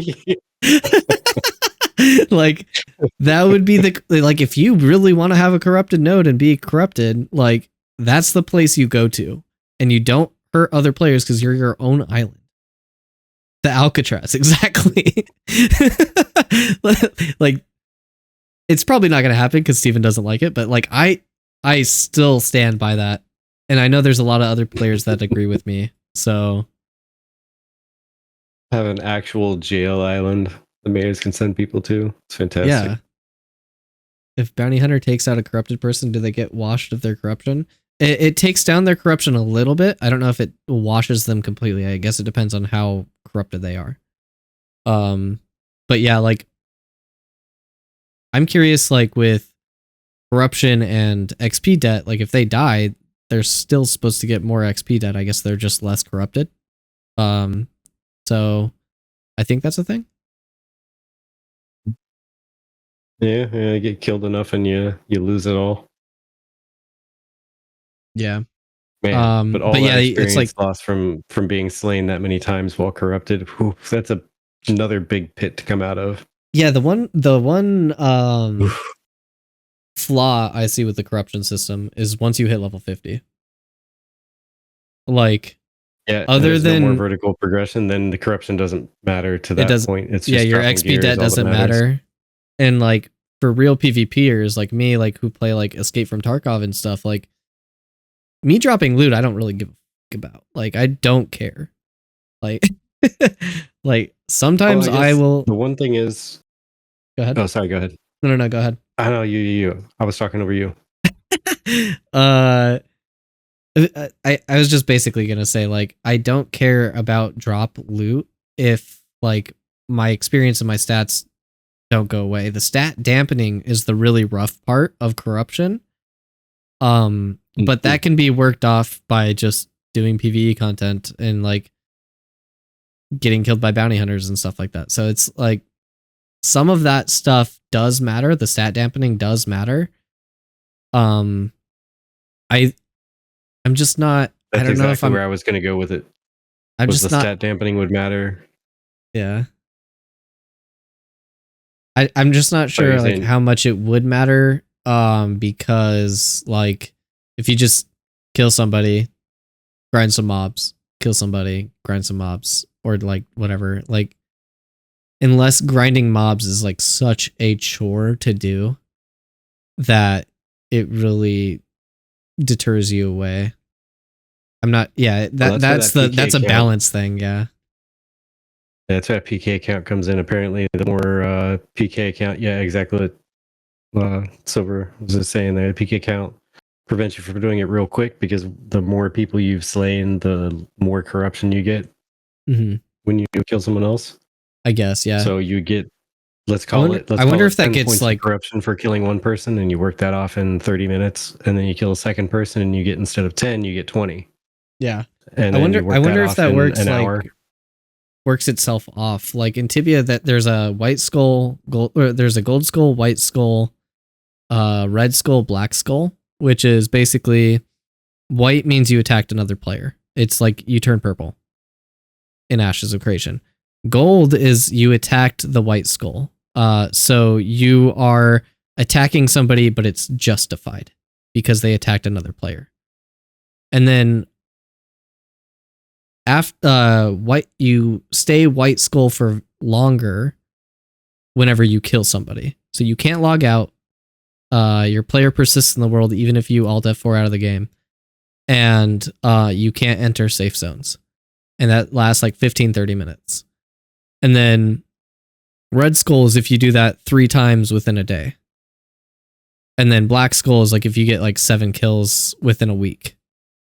And then you are permanently skulled for a whole month. And a red skull is you are permanently red skulled for a whole week. So it's like a version of corruption that like lets people know that you are a PKer. And whenever you are like after a certain amount of time of attacking a player, even if you're a red or black skull, you can enter safe zones, like you can enter the temples and stuff. But like if you attack another player, you're just blocked from going in there and you're free to get attacked. So like I imagine that's something to do with like how corruption exists inside of Ashes of Creation. And I think the stat dampening is probably something similar, where after that month is over, where you are a black skull, it resets and you have the same, like it's like your probation period again. Like your probation period is over. Yeah, I'm trying to look it up right now. While you were talking, haven't found it yet, but No, you're fine. I mean, I would imagine something like a 30-day window, like a PK would fall off after 30 days or something. So it still leaves a window for someone to stop being a jerk, but as long as they keep being, a griefer or what have you. There's no, you were Then either it would, corrupted or not. eventually There's no fall off. decay of corruption. Yeah, I didn't know, like, I don't think I've ever heard Steven talk about something like that. So that's why I was just like, I wonder how it's going to work in Ashes. I'm not sure if that's one way to Yeah, do it or actually- not. Yeah, now that he mentions it, yeah, PK count will require a quest with some cost. Now I recall. Really? Now that it's mentioned out loud, I do recall that being a thing. With stat dampen being the biggest exception. Yeah, Steven's always talking about these quests and like, hey, you should go, like you got to do a quest to do a secondary archetype change. You got to do a quest to wipe your PK count or something like that, or your corruption. You got to actually do a like quest to do all this stuff. And I'm just like, what quest are we doing? What adventure are we going to clear my Tell me PK about count? this quest. And Like, am I going to a divine node to pray to a certain god so that my PK count is wiped clean and I have been asked for forgiveness? And if I do it again, how many times do I have to do this quest? Like, Yeah. Yeah, see, and I like that though, especially with the like the secondary archetype thing. It'd be really great if it was, honestly, I'd be okay with like an 8-hour quest to unlock your, I mean, that's kind of excessive, maybe not 8 hours for a single quest, but like a 4-hour quest or something in order to unlock your secondary archetype. But then once you do, you can always go back to a node to switch it back out with a different one, but then you have to do another 4 to 8 hour quest ooh, to unlock another archetype. So I don't know if it was you that wanted- brought that up before, but I love that idea. what is that? What is that? 4 hours, let's say, times 7, 8 archetypes. So like 32 it'd be hours to unlock 7. all the secondary archetypes. Well, for the secondary, because even though you're a tank main, Oh yeah, you'd have to do further study to be a tank, right? You'd That's have true, to get advanced techniques, etc. So 32 hours of your gaming time you would have to devote at a minimum to unlock all of the secondary archetypes, but then you would still need to go back to a node to change it to respec, yeah. and maybe pay money or what have you to change up your secondary archetype. Yeah, I I think don't like that could be an spending, interesting like- gold sync after you've done the quest. Like the first time, Yeah, it's to get the ability to do it. The second time is gold sync. Like it just takes effort for people to help you respec. Yeah, like a reasonable gold sync for that. Absolutely. Because I, for one, would be changing all the time. Yeah, I'm one of those, like, I need to fit whatever role my guild needs. I need to make alts to fill it so that I can make sure it's taken care of. I am an Like, we alcoholic. need this, I got am sorry. Yeah. This is what I do. Get ready. It's going to be painful in ashes. I know. That's why It was so in Alpha painful. 2, I'm going to be Alcoholic, Alpha 2 tester, trying out all the primary archetypes, all the augments that I possibly can. And then I'm going to play my main in Ashes. So, like, I'm in ADC in League of Legends. So, like, I can stick to a main, like, at least. But, like, I change my champions around quite frequently still. Yeah, same. I always have my main, and my main is going to be the first character I start. It's going to be my tank, and it's going to be Vec. It's going to be named Virtek. That's going to be my main, 1000%. But I'm going to want to have a cleric because I always like knowing what the healers have to deal with and what they have available to them and how it feels to them, so I can get a tangible feeling for how long I need to give them a warning on this or that or the other. Yeah. And then after that, like, I really want to try the bard. I want to be a bard tank and hopefully be able to actually be a reasonable off tank. Not terribly strong, just if shit hits the fan, as they say. Can I pick up some ads? Yeah, I am my 1, 2, 3, 4 class primary archetype choices are all in my top 1 spot. I'm like, I want to try rogue, I want to try ranger, I want to try mage, and I want to try bard. I don't know Always which have one the I first. want. Yeah. So, I have decisions to make in front of me. But let's And go. yeah, just like Ludulu said there, I'm going to try everything I can in A2. I'm going to try all the stuff. Dude, we need to get all like the a group stuff. together. I know Jamie and I want to do this, but and I talked a little bit about this with like Vladis, where we just get a group of each primary archetype and we deep dive into each of our classes so that it can cut down the time in 1/8 of the time, or 7/8 of the time. So Yeah, I mean, I'd be down for that. Literally, just go out into a field and be like, all right, let's try this, let's try that, Let's You try this interaction let's try with that, this. let's do Yep. this thing, let's go there, let's try that, and then actually really like explore everything about it. Because I want to do one of the big reasons I want to try all the secondary archetypes for tanks. I want tank to be perfect. When launch happens, I want it to be perfect. It needs to be like nothing wrong with it whatsoever. Yeah. And then test 1v1s, test 3v3s, test 5v5s, test AV8s. Oh, I'm so excited. Like I want to do all this stuff and I'm so excited. And I got to wait 2 months or more. I'm saying 2. Mm-hmm. Mhm. I'm still tossing out my. It's probably going to be towards the mid/end of September, not really because it's like the last month of the quarter, but because of, like I was saying, the convention cycles. Yeah. PAX ends in early September, so my money is on. It's going to be mid to late September because they're going to want to come back from PAX, put all the stuff away, settle back down from that, and then get everybody who went to the convention to gear up and make sure that all their systems are polished and everything they need to worry about is done. Yep. And in theory, have time to hype up and pass out some keys. I love how Planendorf says you crazy players always break the shit out of the stuff and it's awesome. And yes, I will break everything that you have built, and then we will make it better. We will. If my mother's any authority on the matter, I'm really good at breaking stuff. Because he's a heartbreaker. No, apparently, as a kid, I used to tear things apart. I remember one alarm clock. Apparently, I took apart 2 alarm clocks and like some other devices. And she told me to put it back together. I said, I don't know how. I was trying to figure that out. So you're good with your hands, and you're technically intuitive. So burn it to ashes so that the phoenix may rise. Oh my god, that's so good, Ludulu. Okay. Yeah.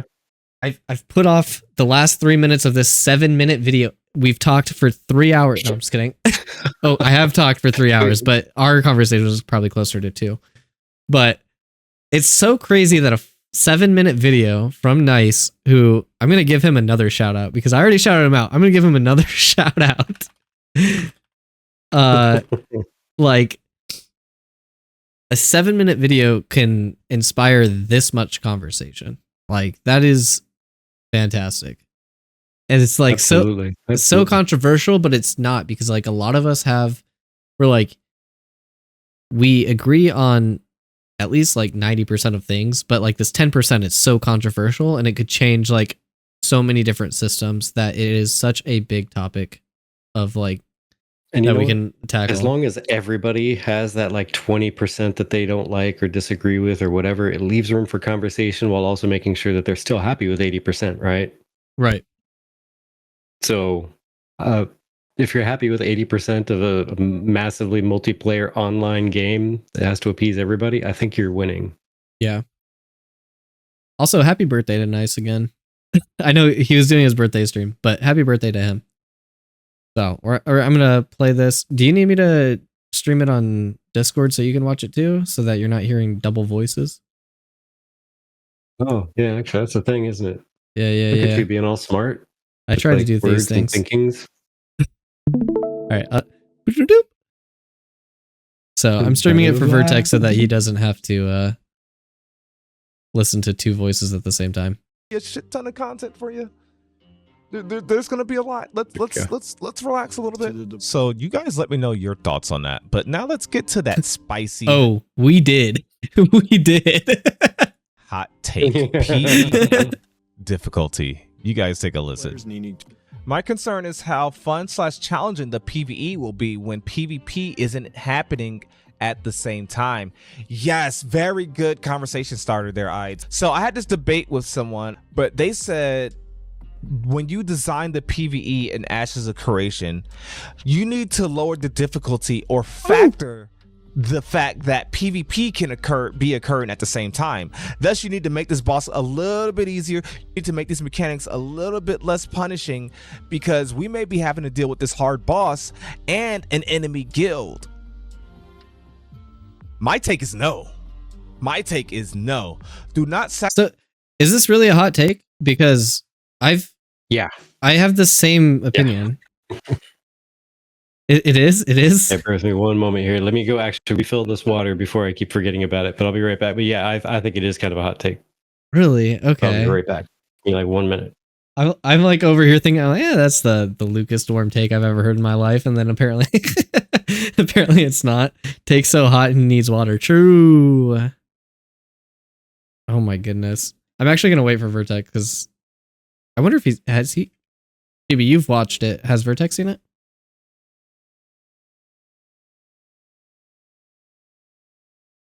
PvEers want instancing for their difficult PvE. Well, I mean, that's gonna be in game, but it's only 20%. I think there could be more. PvPers don't even want hard PvE. I do. I want hard PvE. I want really good instance content. I want PvX open world dungeons and raids.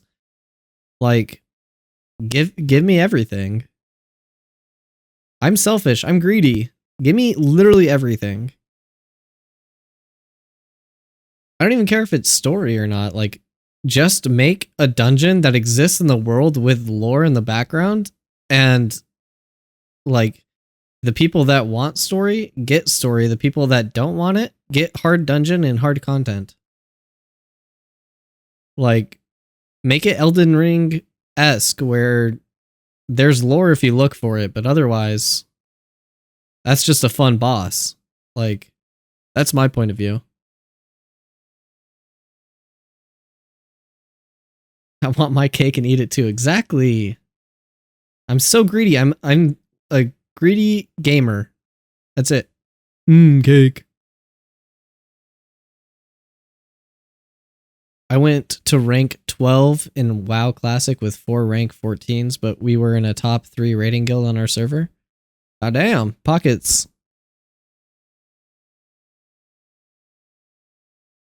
Yeah, I think it's weird. It's weird for me seeing a divide between PvP and PvE. Like, it's so weird to me seeing like people being on such different sides, because like good content is good content, and I think PvP can be really annoying, can be really frustrating, and some systems, welcome back, some systems are really difficult for some people to get engaged in, and there's certain environments where you don't want to PvP and you just want to have a nice relaxing time, and when that's not available to you, you get frustrated easily. And I can see that, especially when MMOs, when I'm spending 30 minutes traveling from one place to another just to get ganked along the way and get XP debt and not even get to my objective during my playtime when I need to work in the morning, can be really frustrating for players. Yeah.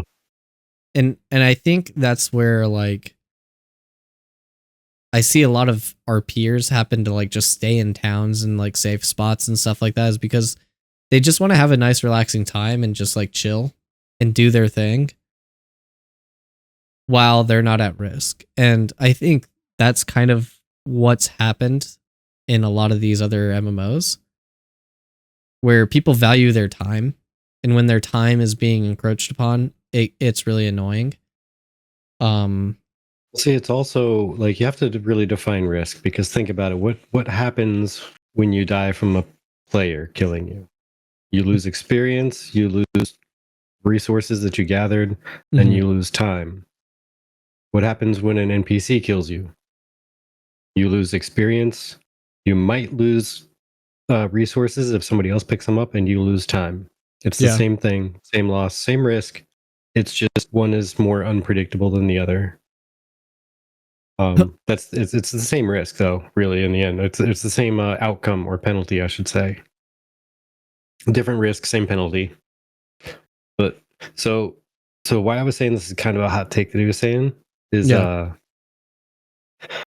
ashes, so many systems, so much depth to all of it. It's insane, and the tiniest little thing depends on so many other items, and this is one of those things.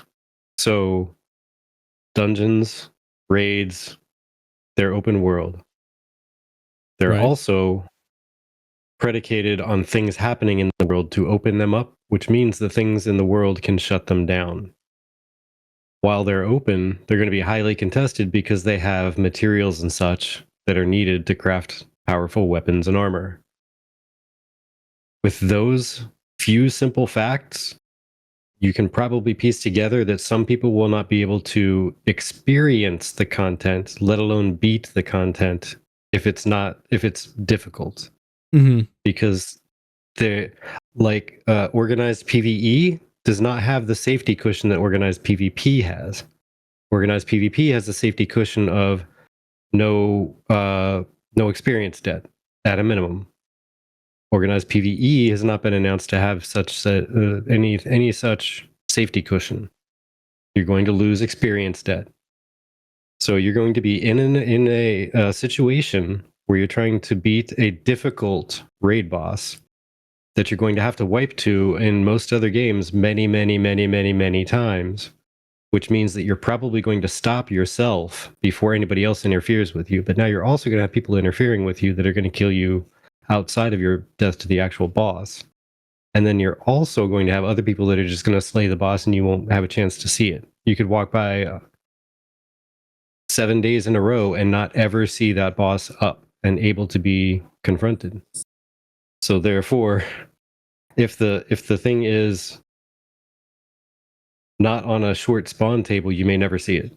You may never see it. So, but we don't know the spawn tables. Who knows what that's going to be? I think spawn tables should be relatively quick. Not like every day, but maybe like crossed. Maybe like once a week type of thing. But I'm hoping to see every day, if I'm being honest. Every day could multiple be times a day. Okay, fine. I'm open to 1 day a week, not multiple times a day. I'd be upset about that. If I keep saying every 10, if I bring it down to 10 minutes, would you agree to multiple times a day? I would allow like 1 day at random intervals so that like everybody has a chance at whatever playtime that they're going on that they could encounter it. Even if it's only during prime time, I think prime time is a little bit too short of a window for like world bosses and stuff, but like at random intervals, I think it's fine.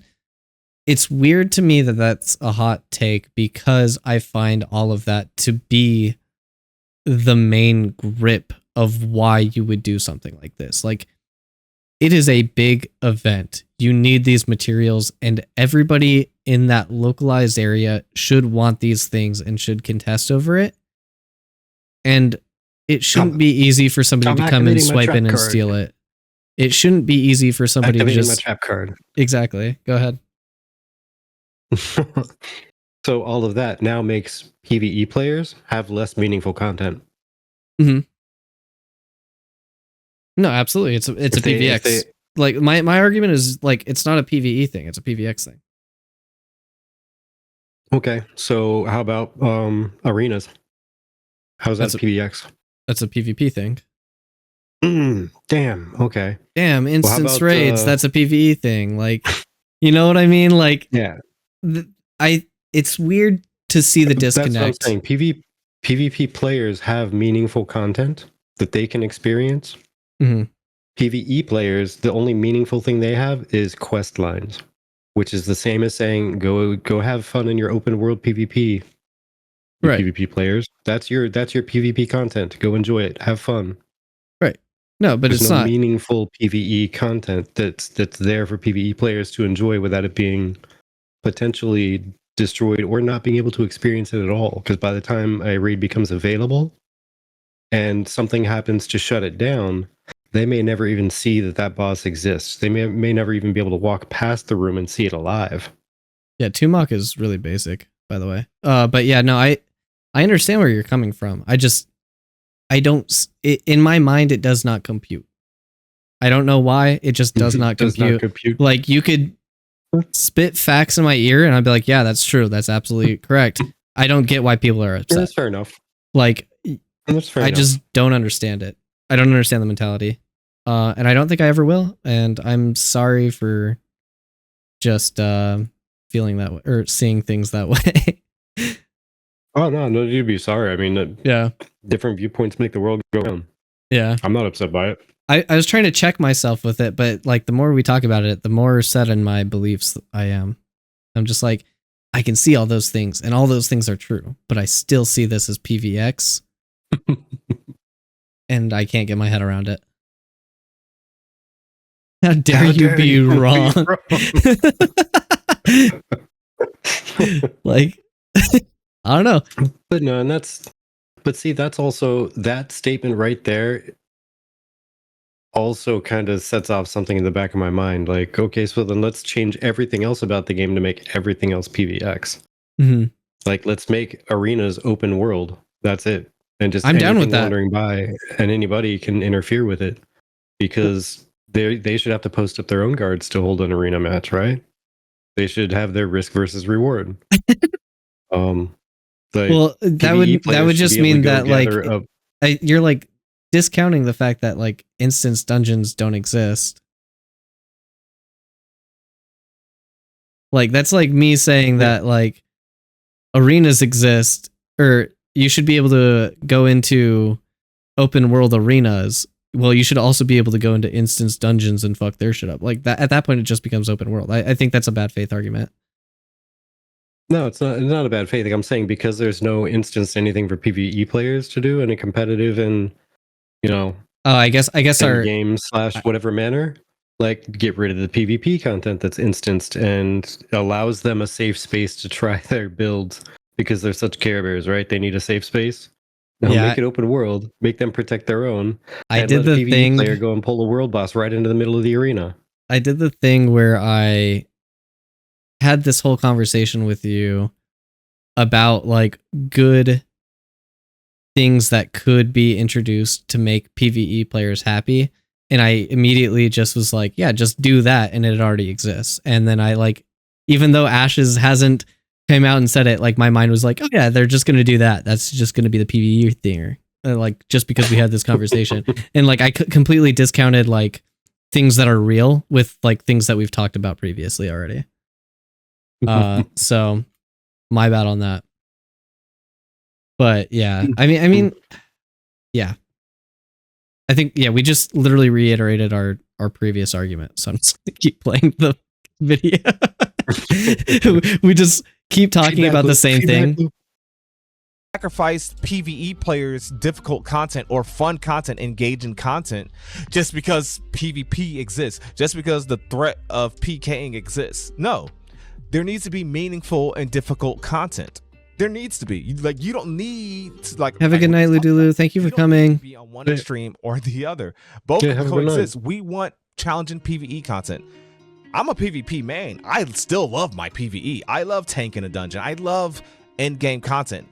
I don't want a dungeon or a raid boss to be so trivialized or take away from it simply because one. Also, I think every single MMO I've played, world bosses, dungeon raids, and stuff like that, during the leveling process, they are always trivialized to just like being HP grind fests. And I don't find any of the mechanics to be actually hard. I just find like, does my gear hit this level, and can I actually like kill this thing before Depends like on what stage of the. Sorry, go ahead. Didn't mean to. No. I mean, like, yeah, it depends on which stage and stuff like that as well. And like, does my gear hit the right level? Am I dodging the mechanics? And if so, then we're good. Like, that's it. Gear equals enough. Have hands. Beat boss. True. Like that's how it feels. Yeah. Like, and it doesn't feel interactive at all. Game is at. Yeah, I guess so. Because if you catch a game like when that expansion is fresh and new, and you're progressing through quest lines and you're at the appropriate level, at least in my experience with games, a lot of them, they're not necessarily trivialized. They're not as difficult as like quote unquote the end game raids, or not raids, but dungeons when you get to them. Mm-hmm. Those end up being a little bit harder. But they're not exactly trivialized either, as long as you're in appropriate gear. Now, if you go to do that same expansion 4 years and two expansions later, after everything's been squished and expanded and they've adjusted the leveling process and now things are all out of whack, because they've also changed the stat system on the gear, then yeah, absolutely. It either makes things very difficult during the leveling process or very, very easy. And they usually err on the side of making it easy, so people have a quick leveling process to get the 743 levels you got to gain to get max level. Yeah, exactly. No, but a peak dungeon for me was literally, oh god, it's that the very first dungeon, the level 17 dungeon in WoW on the Alliance side. I forget what it's called. With like the cookie monster and the ninjas dudes, the Defias Black or red bandanas or whatever they are.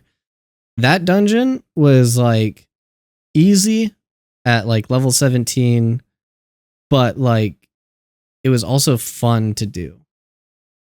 I But forget what there was level it definitely was. Was it, like, chances Dead Mines? of it was Dead Mines, yeah. Dead Mines was fun but easy to do, but there was still chances of wiping if you didn't do everything properly or didn't know the mechanics. And I think that is like my idea of like a low tier dungeon that's fun for me to do as a PvE player. And like if you were to tell me like that were to be open world, I'd be like, fuck off. Right? So I don't like I would love instance like that where it allows like really reactive mechanics where it doesn't feel like an HP grind fest to kill like these bosses, like you're dodging mechanics or like timing certain spells, and then like you're positioning properly within the dungeon. I think that stuff should be instanced and like through the leveling process, but there should also be open dungeons where the mechanics aren't necessarily as hard to defeat, but there's equivalent risk when you bring in other players into the realm. So like you don't trivialize the encounter, but you don't make it so hard to where like you're sweating in a PvE raid either. So like yeah, just don't trivialize things. Like if you make games too easy, it does not feel rewarding. And yeah, and you know what? I agree 100%. Which is why, again, this is another like the idea I had earlier, where I say I hate myself for coming up with this idea, but it's the only way I can see fixing it. It's the Yeah. same thing. I come from like the joy I get in PvE content is being like flirting with that server first line. Mm-hmm.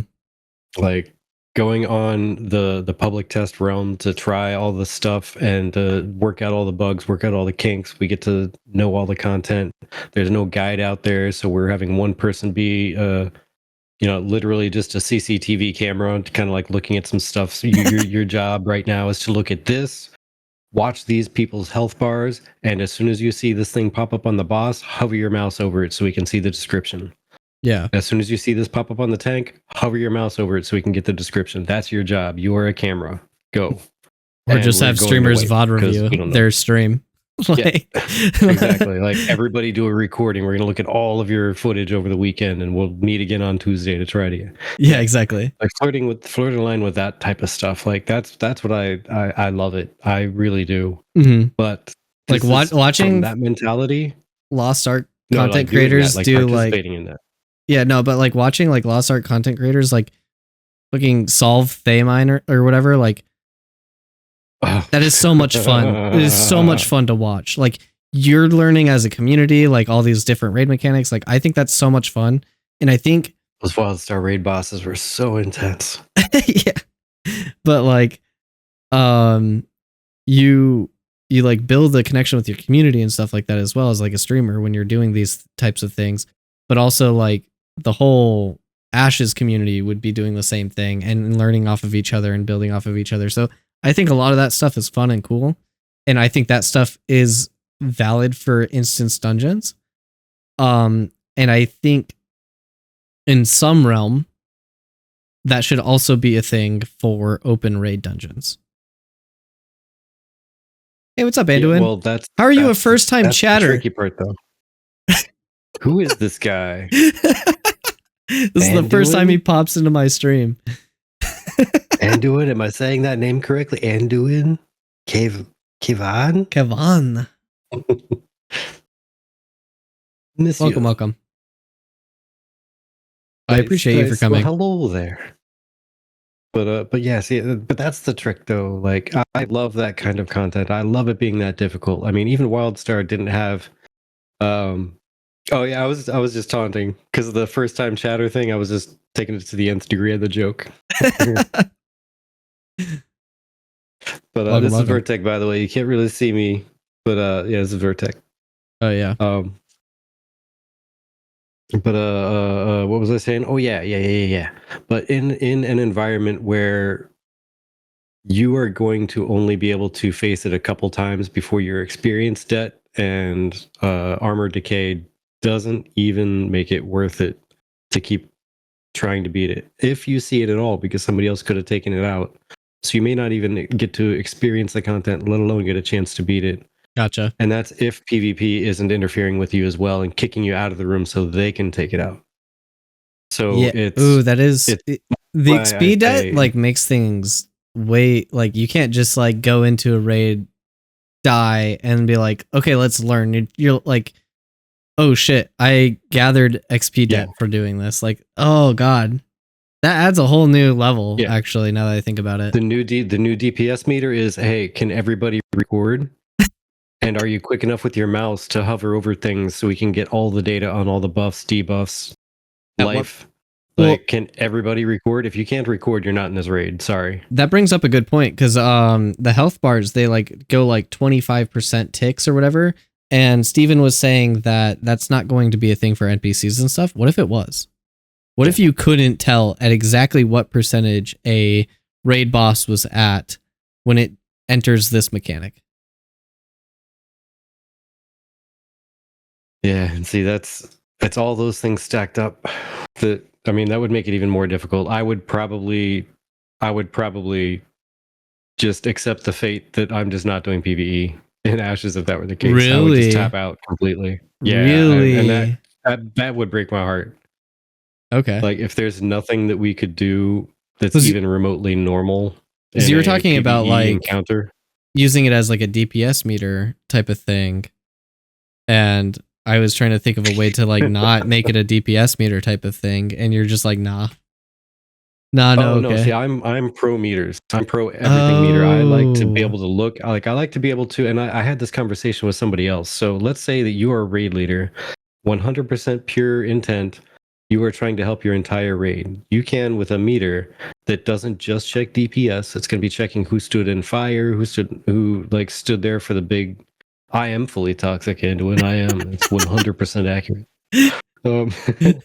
But you're looking at who interrupted, who missed their interrupt, like how much mitigation a tank had, what they used for mitigation, who drank their consumables, etc. And you can, in an instant, as soon as you wipe and on your way back, you can tell 17 people how to improve the next run. Like, hey, Yeah. okay, so and so, I see you didn't use consumables. Make sure to drink that health pot when you need it. Help our healers. They're watching the tanks. Hey, tank, speaking of which, you didn't pull your shield block up. Let's go ahead and work on that too. See, Et cetera, et cetera, et cetera. Like, it's so really, crazy really that helpful, we but are like friends and the fact that we have such wildly different opinions. Like, what? Like, I enjoy different opinions. It doesn't bother me at all. I mean, obviously, out in the real world, there's some opinions that do make people terrible people. But when it comes to a video game, it's a video game, man. You can Yeah. have different opinions. It's fine. yeah, but like, I'm just like but- sitting over here thinking, like, man, that just being able to see the meters and like go back, like, you're thinking of it as like, oh, we're gonna help improve, but I'm like thinking it as like, I don't want the raid to be a calculated thing. Like, things seeming calculated and So like then you me don't want it to looking be at difficult. it. I don't want it to be a calculator. I want it to be difficult. I don't want it to be a calculator. Then you're going to need it to be a calculator in some way, shape, or form. Or just get Because good, if you're get gonna better lose experience hands. debt, that means you have like 5 wipes if you can make it back there to do it again. Exactly. Get You good, might get better back and somebody else took hands. it out. Get good, get better. People are always saying What if you've PvPers never are seen like, a oh, boss just before? get good. And it's like, but like at the same time, PvEers do the same thing. They're like, they get good too. They just get better at mechanics. Like, so I mean, like, yeah, I mean, I can see what you're saying there, but but the get good thing, yeah, everybody knows I'm toxic. I don't even try to hide it. I'm a hater to my core. But no, it's one of those things. Like, again, like with that, so DPS meters, it's a thing, or just meters in general. People are used to it, and especially with challenging content, that you lose experience debt, or you gain experience debt, however you want to look at it. Mhm. And you gain gear degradation and all that, and it's open world, so the boss may not be up another time. If you need to try it a second time, they're going to want to get as much information as possible. Later, Pockets. So they're either going to make sure that you... Good night there, Pockets. Thanks for coming. Rest well, friend. I mean, wait, I'm supposed to be toxic. Get out of here, scrub. Get out of Didn't here. like you anyway. Get better hands. Get out of here. DPS meter lover. But yeah, with all that on the line, and the fact that they know at any given point, especially if there's a node siege on the way, and it's announced, and they know what's coming in like a week, they have 1 week where everybody's going to be trying to take out those raid bosses, because it could absolutely disappear at the end of that week. Yeah. So it's going to be a huge event. Absolutely. Like, so people are going to be going in there, and everybody better be recording this so we can get all the data possible, and we can analyze it and figure out what's going on. And you know what? Since I can't measure how good people are doing, and I don't want to watch 30 people times like 10 minutes worth of content and analyzing every corner of it, like that's an entire weekend worth of video review together. It's going to be a shit show, and I'm going to love it. So you know what? How about everybody, all the class leads in the guild, jump in Discord. All right, Rangers, you're going to go in the group with Ranger Guy 520. What you guys are all going to do is you're going to take turns destroying the mammoth over there. Kill it as fast as you can. Only the fastest goes. If you don't slay it within X amount of time, you're just going to be relegated to like the 5th string raider anyway. So good luck. But all right, okay, so tanks go over here. I think this is this has to be mentioned, right? So like this type of dedication or level of commitment only happens in the 1% of gameplay, in the top 1% of gameplay. No, not at all. No, not at all. I guarantee. Not at all, because not at all. It happens in a much wider range than that. Okay, because I led guild top 10%. led a guild that was not top 10%. It was not top 20%. And we were if you're not in the top 20% and you're doing this shit, get out of here. You suck. Like if I'm the top 20 percentile, I'm looking at the top 1 percentile doing it, and I'm going to look at what they're doing, and then I'm going to just replicate that and then go from 20th percentile to 10th percentile. You see, that's good for you personally, and that's good for any individual person. But for me, I enjoyed running with the 1% people, the top 10% people, and trying to flirt the line and get up there with the pushing the bleeding edge of server first. Mm-hmm. But I had a group of local friends, and I was leading that guild, and most of them were not good. Unless I drilled into them like, hey, we need to do this to get you better. We need to do that to get you better. We need to do this to get you better. Let's try that. Okay, how about we just adjust your build a little bit? Because you're not using this skill ever because you say you don't like it, but that's a core part of the build you're in. Right. Yeah. I mean, like that happens at like, you need to get you better. I could like compare this to League, where there's a lot of silver players that look at like VOD reviews and watch pro players and stuff like that, and they try to emulate it, but they definitely don't succeed, and that's why they're silver. And it's like they don't do certain things that pros do, either because they don't understand why they're doing it, or because they just can't replicate it in any means, or they're just not good. And like some of those things are just, you can try as much as you want, you can know as much as you want, sometimes things just aren't going to work out. And I think even with all of that stuff, and even with all that the DPS meters and everything like that, maybe don't make raid bosses maybe this is a design thing where like raid bosses shouldn't be a like at this health it does this mechanic type of like scripted thing, but like have like an array of different mechanics it could do at X amount of HP, and then like you kind of figure that stuff out. But like I don't know, man. I think there's a lot to it, but the more we talk about it, I think it gets more and more nuanced. But I don't think you think that players will be doing what I consider the most hardcore of like VOD reviewing at a like really low level, and I don't know if I agree. So that's the only way they're going to be able to do it, if it's challenging content, which is why I was saying I think that the raids and dungeons should be not incredibly challenging. because there's going to be people that just they won't be able to even get in there to do it at all. Like it should be less challenging, because if it is challenging, the type of stuff that I love, I probably won't even be able to get in there and actually beat it. I'll be able to run into it a couple times, but I mean, I'm not going to sit there and die 50 times in a night like I enjoy doing. The crux of this discussion literally lies upon like, what does challenging mean? What does hard mean? What does not trivial mean? And I think that's the scale that we're missing. So we don't have, like, I feel like if we knew that metric, okay, it would be easier to have this discussion. Okay, so let's put it on this type of scale. Let's call it like, let's give it a World of Warcraft scale. You played a bunch of World of Warcraft? Most of Classic. I haven't done like Mythic Plus, but okay, but you're at least familiar with the term Mythic and like heroic raid versus regular raid and dungeon and heroic dungeon. Like I don't expect open world raid bosses to be Mythic Plus, if that's what you're asking. Like that should not be a thing. So yeah, we'll use that as a scale then. Let's call it dungeon, heroic dungeon, raid, heroic raid, mythic raid. Mm-hmm. We'll just use that scale. I'm thinking when people say they want challenging, they're looking at heroic raid. I'm thinking that I want it to be a heroic dungeon for a raid, or maybe regular raid, maybe somewhere in the middle. Because if not, it's people aren't going to want to sit around and do that until they're out gearing it, and then where's the fun in that?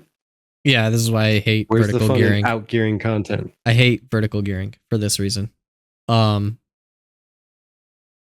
But then, what's up, Anduin? There's gonna be so many people that they'll try it like twice and they'll just tap out and never do it again because the reward doesn't feel like it's gonna be worth it when you can just pay somebody else to go get the gear for you, or the gear drops, and then you're not experiencing the content. Therefore, you're not a PvE player anymore. You're an economy player. Yeah, your content that you enjoy playing just went out the window. Your play style. Because you're not doing it anymore because there's so much penalty and not much actualized reward. Yeah, there's potential reward, but actualized reward is not existent. Yeah. I hear you. So set up a specific scenario. We'll set up 3 specific scenarios, and then we can discuss like what level of difficulty should these scenarios be in. One is open world level 10 dungeon. One is like open world level 20 world boss. And then there is open world end game content, which is basically, when I say end game content, I only mean like level 50, level 6 Metropolis type content where the best gear is. Where you're fighting over like the best gear and best items in the game. Ugly, thank you for coming with all of your rating, or with your raid, all of your rating. Thank you for coming. You brought 7 people and made them all come, so thank you. I'm sorry, I have to be lewd a little bit. Ugly. Go for it. And yeah, so Argum, thank you for the follow. Thank you for coming. Planendorf said, this is my first MMO that I've worked on except for port. That's a different thing. Just want to say that I love MMO players get into this level of detail when talking about games. So sick.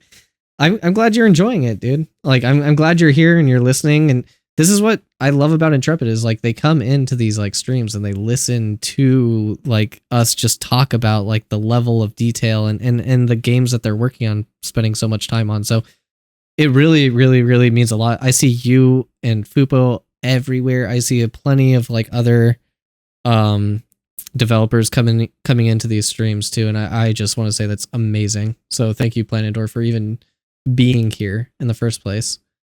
And also thank you, Aerial Attack, for coming. And yeah, we are about almost 3 hours deep into a conversation that has stemmed from PvX gameplay / like PvE stuff for the people that are coming in. PvX, PvE versus PvP type gameplay we've branched off to like VoIP, we've branched off to like so many different things, but like we want to try to bridge the gap between PvP versus PvE players. So that's kind of like where we're at. You got to see how crazy the RPers get when we go in depth about lore and everything. Dude, it's crazy in our guild. Like the way that like people will speculate on like certain gods and like what it means to follow this god that we know absolutely nothing about, and like how they as a character like will follow that god. So yeah, we get really in depth to a lot of these things, and it may go unnoticed to the developers a lot of the time. So basically to lay it out for the newcomers that came in, the definitely safe for work RP. Yeah, we don't plan to ERP. I may be Lloyd, but that's not in my repertoire, as it were. But ERP, that means excellent RP. Explicit right? RP, right? You're doing excellent. You're not doing excellent role playing. No, I'm doing FRP, fantastic roleplay. No ERP, how rude. I mean, isn't Peon doing his brothel? Yeah, Peon's got a brothel, so whether the systems allow it or not, it's happening. So that's what I've heard. Peon being the hidden dagger in, by the way, not the lazy peon. Yeah. So you're all aware. Yeah, so to lay down exactly what we were discussing, we were trying to figure out how difficult it should be for open world, like dungeons, raids, world bosses versus instance raids, and how should you make it easier or not while there is a chance of PvP to create a PvX encounter. Should you make, or should Intrepid make the encounters easier so that you can like do the PvP versus PvE? So the issue was, we were saying challenging, trivial, easy, hard, without any like real metric to go by. So the metric we've decided to go by is basically WoW rating, which is dungeon. Do you want to explain it to me? My mind is blanking. Yeah, like dungeon, heroic dungeon, raid, heroic raid, mythic raid. Yeah. So on those, what level should like an open world level 10 dungeon be? Oh, I mean, well, during the leveling process, it's gonna just be your typical dungeon difficulty, I would think. I would hope, because people are they're going to roll in and out of that. They're not going to be camping a level 10 dungeon, you know? It's going to be just to get the experience, maybe get an upgrade or something, some random resources to do some crafting or whatever. Experience the area, and then they move on. Okay. It's the end game stuff that concerns me. But so me and you agree on that. Like when it comes to world bosses at end game level, though, that's where you may or may not like my views on this. You might actually like it. I think there should be an array. There should be some that are fairly easy to beat, like dungeon-ish tier. They're features of the world that are wandering around and doing stuff. But then there should be some that's like, when you hit Outlands and WoW, you know, the big Reaper thing that's stomping around everywhere? Yeah. Scares the bejeebus out of you the first time you don't hear it coming, and it stomps 10 feet away from you on the ground and shakes the whole I nearly shit myself. Planet. Yeah. Well, there should be stuff like that where you are level 60, you just arrived, and you're trying to take that on as the end game difficulty variance there. Like you're level 50 in Ashes and you bump into something like that that's way above you in actual level, but then add on the extra buffs that world bosses get. So I think that'd be really cool in the for expansion. Even a small raid. By the way, like, because I think small raid wouldn't be able to take it out. Like it would require almost the full server cooperating to take it down. Like that would be epic, because everybody would see it. Everybody would be scared shitless. But then so many people would need to like collaborate to take it down. Like 200 people in a multi-raid setup would need to go to take this thing down. I would love to see something like that. Right. I actually agree with you on that.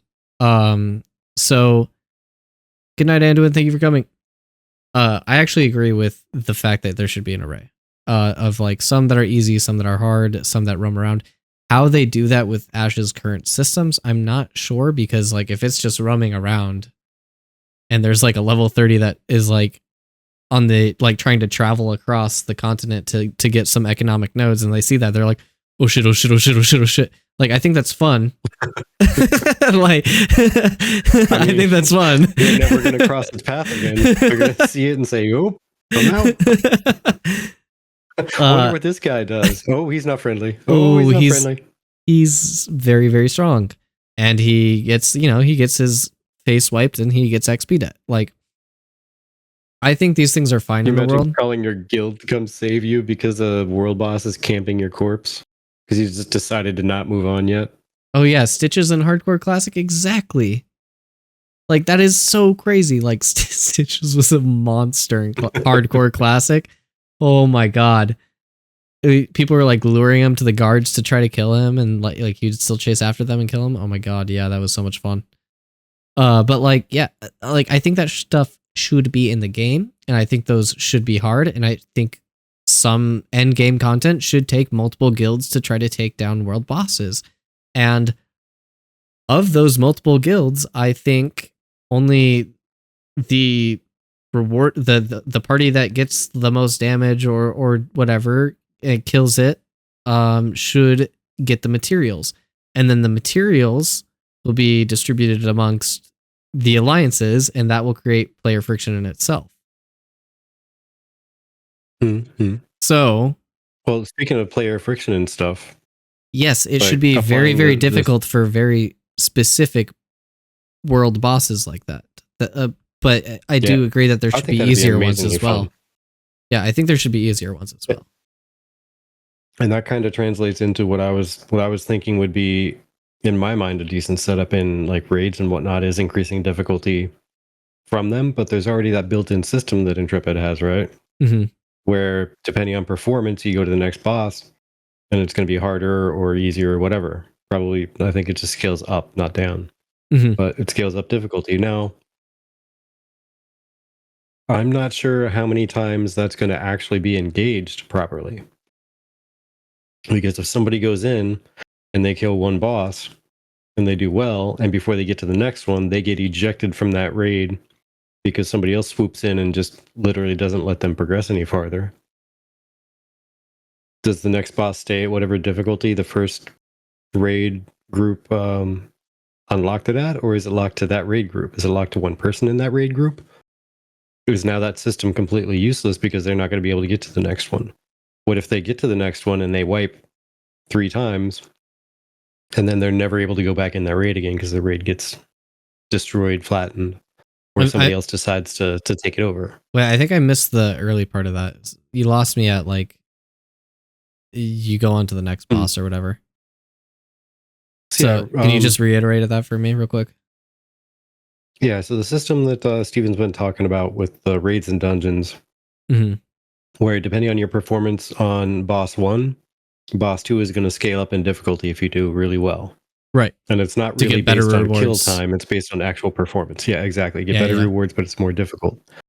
And I've been kind of pondering in my mind how many times that's going to actually be engaged outside of like the top 5, 10, 1%, whatever percentage it is of guilds that are going to literally bar the front door of a raid so that their raid group can run through the entire instance fully funded on a bunch of repair bills and maybe swapping out to protect the front gate after they take so much experience debt that they just don't want to take on anymore. No, I think that'll happen a lot. So then now they're guarding the door? I think that'll happen a lot. What? And then once they're done, then the dungeon's open again, basically. Like, it's like, oh, fucking Axiom is locking out this dungeon. I can't go because they're going to mess me up. Like, then you just wait for them to go done. Like they're done with it, they get the materials that they need, and then you go do the dungeon or whatever. Unless they're a big enough guild / alliance, or they're just hungry enough for it, where they try to camp that out, wait for the next bosses to spawn, and then lock it up again. Right, and then you get Just your to guild, and then equip your everybody guild gets alliances, and then you guys are like, "Hey, it's our turn. Let's settle a schedule or negotiate." And if they say no, then you're like, "All right, well, we're gonna kill you while you're in the dungeon." But yeah, and all that's absolutely fair and a potential. I've been musing on how many times their actual system would go into effect because of extenuating circumstances of an open world raid or dungeon. How many times will a single group have a chance to run through boss 1, 2, 3, 4, 5, and 6? Yeah, well, and we actually be able to get to and complete all of them. We know Ashes, like Vera is a big world right now. Like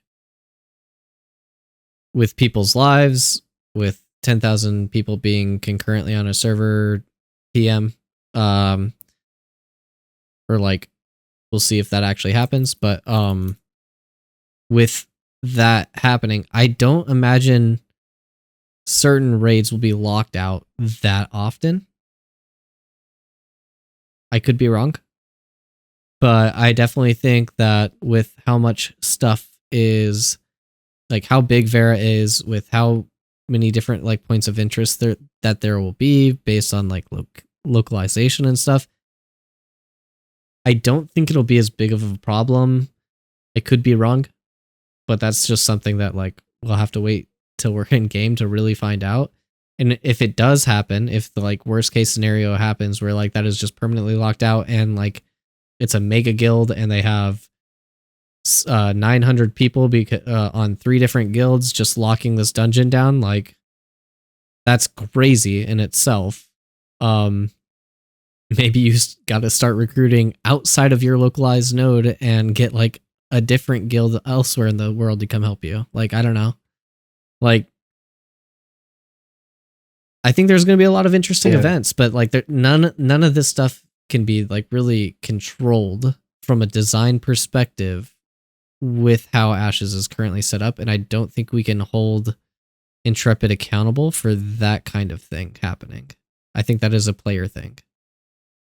So when I look at design and I look at Ashes, I try to think about first and foremost, what is a design problem and what is a player problem? And if it's not a design problem, or if it's not something design can fix, I think it's a player issue. That's a really good theory, and I see exactly where you're coming from. But at some points, if something isn't, I guess to frame it from a different perspective. So I've taken on new responsibilities at work, and so I am now not just looking at the security of our environment, but I'm also looking at business impact. Right. And balancing the two, so we can be safe yet still operate. Right. Right. Well, when looking at a game, I mean, you're building a game for people to have fun and for things to operate in a certain way, and it may work well for some people, but it may work not as well for others, and entire servers in this case that might be affected. But with security, you're thinking of impact, right? Yeah, I'm looking at the business impact now. So what's the business impact? Because again, Steven can only float so much money for so long before he says, "Oh, that was a good experiment." And how many servers could end up in a bad situation? So at some point, it goes from this is the way the game is designed. It's meant to be played in this manner.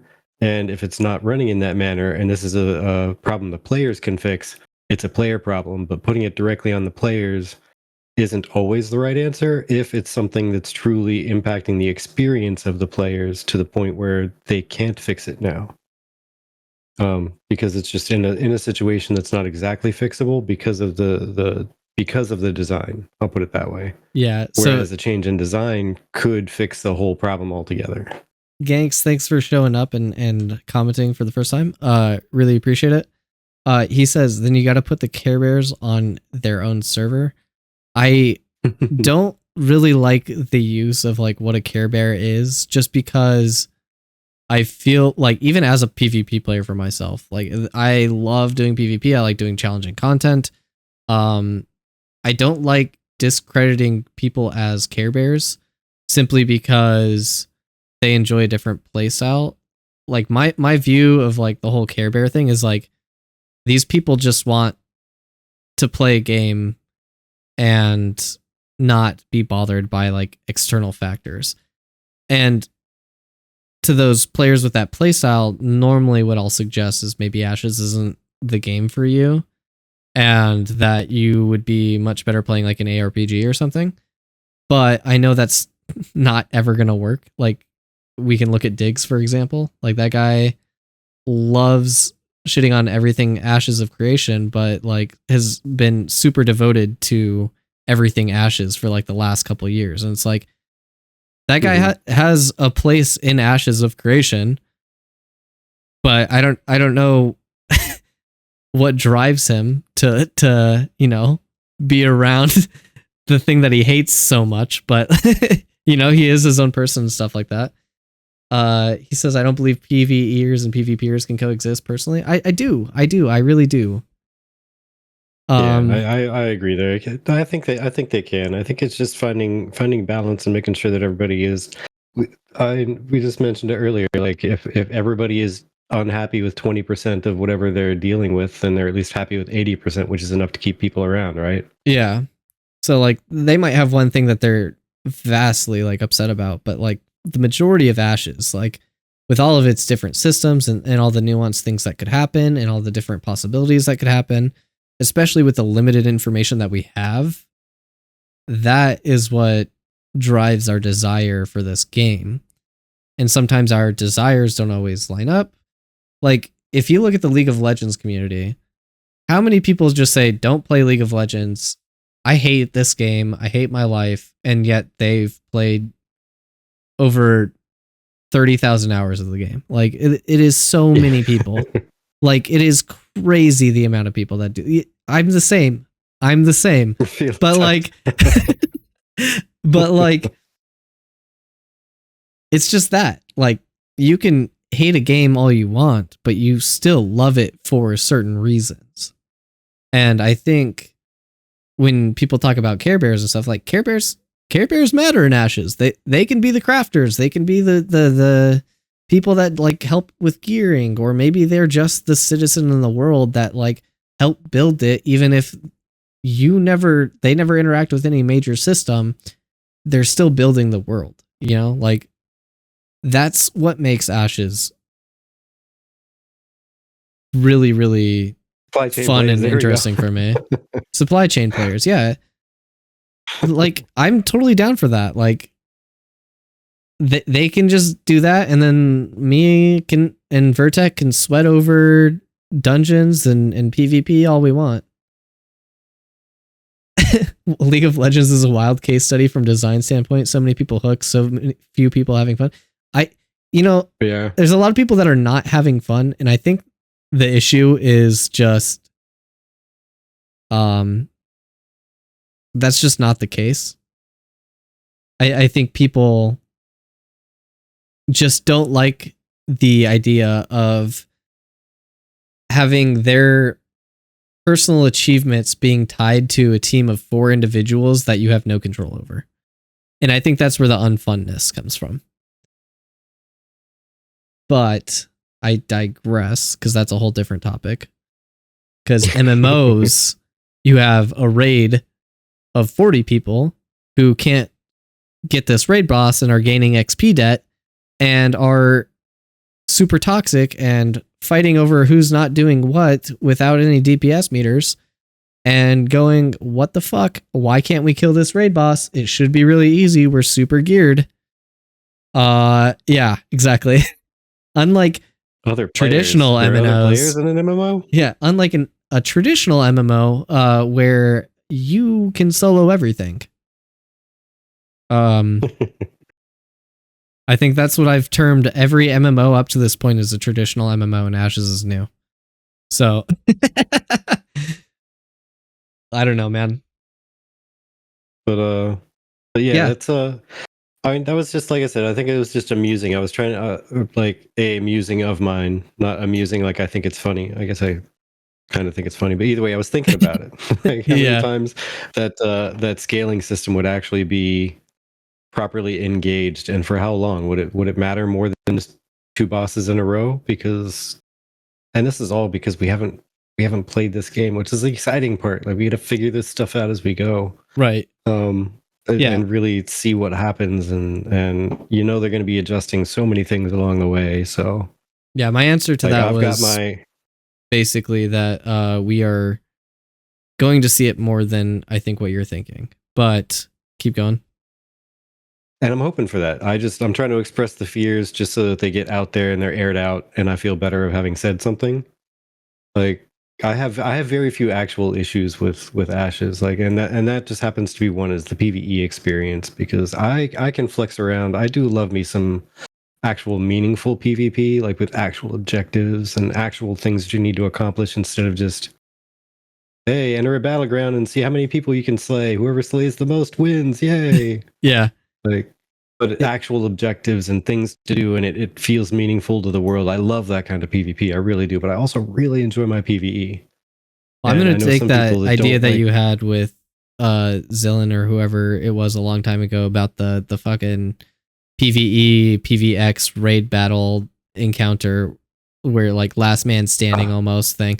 I think that I'm going to shoot for that as like the game mode of Ashes of Creation for end game content. It like, would be so epic, wouldn't it? That would be the coolest thing I've ever seen in my life. Like, that was the brainchild of the like five of us sitting in there just bouncing ideas around. And I'd swear it was a Zillin chat, but it's also been, I swear that must have been like 2 or 3 years ago or something. It's been a while. Well, I'm going to talk to Zillin tomorrow on Jamie's Tangents of Creation. So I'm going to be, I'll ask him about it, see if that came from him or not. Yeah. Because it evolved throughout the entire conversation. It started as one thing and then another thing and then another thing. And then finally at the end, it was like, yeah, that sounds amazing. controlling resources like dungeons is really rewarding PvP. I don't know if we'll be able to do it in AOC because of corruption, but it was a big part of Asheron's call. And yeah, that's basically exactly what we were talking about before you came in. So yeah, I thought that so was many different ways that. Yeah. Sorry, go ahead. No. You. I was pretty much done. Yeah, there's so many different ways that you can stomp on people's toes in a raid or a dungeon without even risking corruption. There's so many different ways you could bother people. I mean, if nothing else, there's going to be people who don't care what they do as long as they're griefing somebody. They can literally just run in the room with the other group and make the boss harder because there's more people in there, or engage other mechanics from the boss because there's more people in there, and now the boss is going to wipe everybody. And one group was like, ha, ha, ha, ha, we knew we were going to die. You didn't. Well, I'll tell you one thing. And that's going to be their thing. I'll tell you one thing that we did in Tibia, or that I would see in Tibia a lot, is you would be fighting something and you'd get relatively low HP and you're like kiting the monster or whatever. And then another player walks up and you're like, oh shit, is he going to PK me? And then he just throws up 3 energy fields, blocks you in, and the monster kills you. And you're like, fuck. And then he takes all your stuff. So, I mean, like, I think Ashes will have that where the tanks will just throw up a wall. All right, good luck. That's another thing I was going to say is you just drop a wall in the middle of a room between a healer and the tank holding the boss. You didn't PvP anybody. You didn't attack anybody. You didn't become a combatant. You just kind of dropped something there and whoops. Did I do that? Thanks, you are toxic as hell. I just switched to a tank main. Thank you. Hey, it's going to happen whether I say it or not. I'm just putting it out there. People can use it if they want. This is the thing that I just think these things that are like griefing mechanics and all these other things are going to happen. And I think I need to preface people with the fact that it's going to happen. They are going to get upset. They're going to get frustrated. They're going to feel griefed. There's going to be a lot of frustration around Ashes of Creation and the community within. And that's what's going to make it so much fun. I love drama. I love there's drama. Be a lot of it. Because yeah, you also have to figure the people who like griefing in other games, they get social penalties too. Maybe not to the extent that Ashes will have. Don't get me wrong. Yeah. But there is still some social penalties tied to just being in that guild, having that name, whatever. Mm-hmm. But they will grief just for the sake of griefing. They don't need a reward out of it. And there are things that people can do without risking corruption. Like, legitimately, they could get everyone uses the term death ball, get a death ball running around. And there's no raid bosses up. There's no dungeon bosses up. They've all been knocked down. There's no world bosses. Let's go hunt caravans. That's our job today. Go wipe out all the caravans. And you know what? Just crack the boxes open and stuff whatever you can into your pockets. We'll sell it in town and walk on to the next caravan. Let's go. Landendorf said Stephen loves drama too. He can't wait for the untold gallons of tea that will be spilled. Tea that will be spilled. Like, I can just, from watching the Fex for Life like live streams where they do the Pathfinder 3.5 like campaigns, and people talk about how hardcore of a DM Stephen is, where it's like, all right, well, you get like this boss mechanic and it's probably going to kill the party. Good luck. And it's like a competition between the players. Like, I could just see Steven just being like, cry me a river, see if I care. Like, like he just total villain mode. Like, yeah. So I could see it. So I think you do have to have a certain mindset when you enter Ashes. And I think it is separate from, like, this conversation is separate from the PvP versus PvE conversation. Let me get that really clear. This conversation is about players' mentality around drama and interacting with each other. PvP versus PvE conversation was strictly about the system itself. So let me get that very, very clear. Because I know a lot of people will be like, oh, maybe Ganks will be one of these people who are like, oh, well, the Care Bears just need to manage their emotions. It's not about people's emotions. It's about the systems currently implemented when we talk about that stuff. I get so emotional, baby. Emotional damage. Every time I think of raids. All right. Can I finish the last minute and a half of this video? 2 minutes of this. This 7-minute video. Hold on. How long have I been alive? 4 hours, 9 minutes. Hours. So 3 hours of talking on this video alone. Enemy group may come into that raid, and now I got. Congratulations, Nyce, for just this amount of community interaction. Worry about the boss. I got to worry about the ads that the boss spawned, and I got to worry about Billy Bob Ganker over here. Yes, the threat of Billy Bob exists, but will he always be there? And because Billy Bob exists, I got to get a very toned down world boss. I say nay. I say nay, and I will die on this hill. Because if you don't have challenging PvE content, your game's not going to do well. If there's no sense of satisfaction, it's not going to do well. If you sacrifice too much just for the sake of PvP players or the threat of PvP in the area, and your dungeon content and your PvE content doesn't really fulfill and satisfy the player, given a sense of satisfaction, what are you even doing? What are you even doing? Like that? No, stop it. Stop it. Stop it. Now, I hope you guys enjoyed that. I know not everyone gets a chance to watch the 3-hour discussion streams about a game not out yet, but I want to do this video as an attempt to also thank you for everybody that's been watching for 4 hours. Holy shit, you guys are awesome, by the way.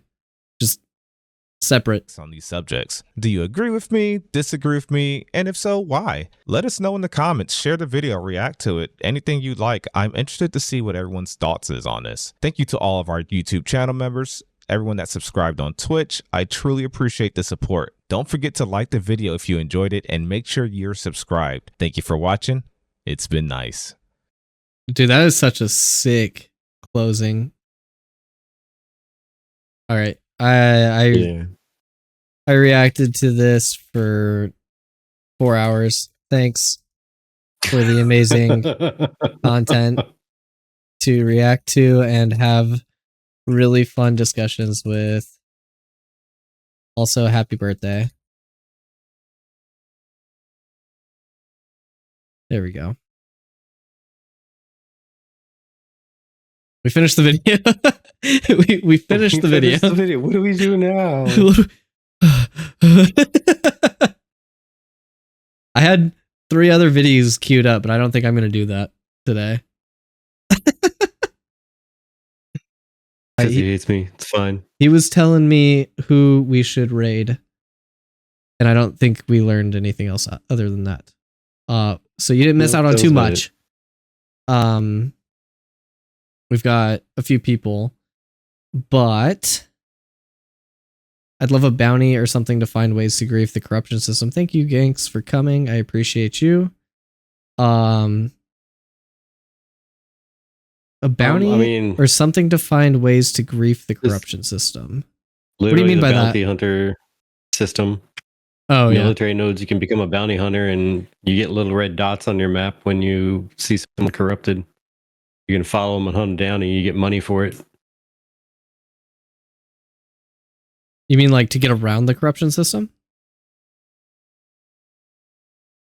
It's in the name. He's trying to gank people. Trying to gank people. Like the whole thing. I mean, there's gonna be so much baiting stuff. people into becoming corrupted. Luring big monsters. I wonder how luring like monsters and like leash ranges are gonna affect in Ashes, just because like it's always been a big issue in like different MMOs and stuff. But yeah. I think there will be ways to grief it or get around it or make ways that it is trivial. I don't think it is. I have very low expectations that corruption is going to be that big of an issue, because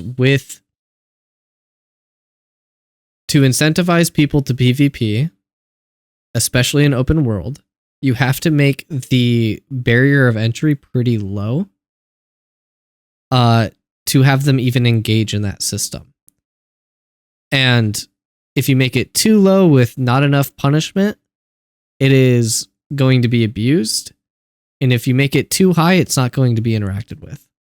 So we won't really know until we know what the corruption system is like. So it's kind of like a topic of debate. It's all speculation. And we can say like, oh, some things are fun, some things are not. This is going to hurt. This isn't like, this is going to kill PvEers' interest in the game. This is going to make PvPers OP, or PvPers are feeling bad because they can't do the thing that, you know, they're supposed to do to like change this, to even start like node wars or anything like that. Like nobody's going to be fighting because there's no like incentive to like actually do that. So, I mean, there's so many different systems in Ashes that will compound each other to ripple effect across to make PvP desirable. And corruption is like an anti-grief mechanic, but how anti-grief? And I think that just comes into like a balancing topic, and I don't think we really have enough information to really dive into the topic until we see it.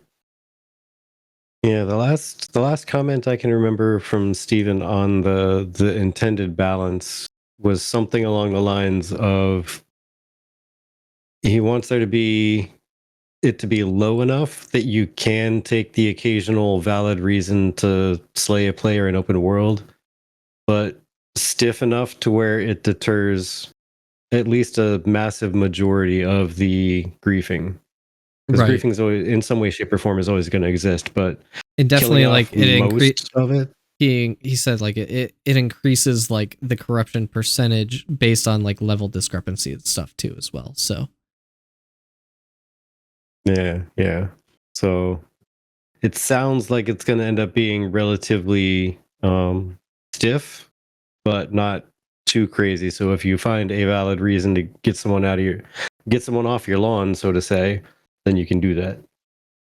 And another thing is, it has so many, why this topic probably even started from is there's so many PvP interactions in the game, like node wars, caravans, sieges, just dungeons and PvX stuff that's happening in the world. There's so much stuff in the game that allows you to PvP without the risk of corruption.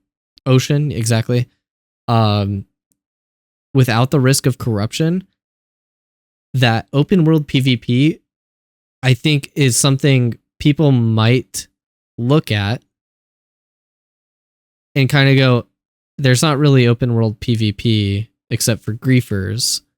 And then corruption could be tuned up to the point where if you kill one person 5 levels below you, you could be already getting close to like stat dampening levels of corruption. Like if all these other systems promote PvP in this way and allow and players engage in it enough, maybe you can tune up corruption, is all I'm saying. There's all these different ways that you can like make the world better without making people feel like shit about it. Yeah. So, yeah, I think the balance is going to be it's going to be a long process to get the balance quite right. I agree. And I think it'll persist after launch, not just A2. I think it will persist. The challenge of balancing will persist after launch. And that's something nobody can prepare for. It'll just be the way it is whenever we launch. Yeah. There's no matter how stiff it is, no matter how penalizing it is, there's still going to be the opportunity to try to instigate somebody else into fighting back.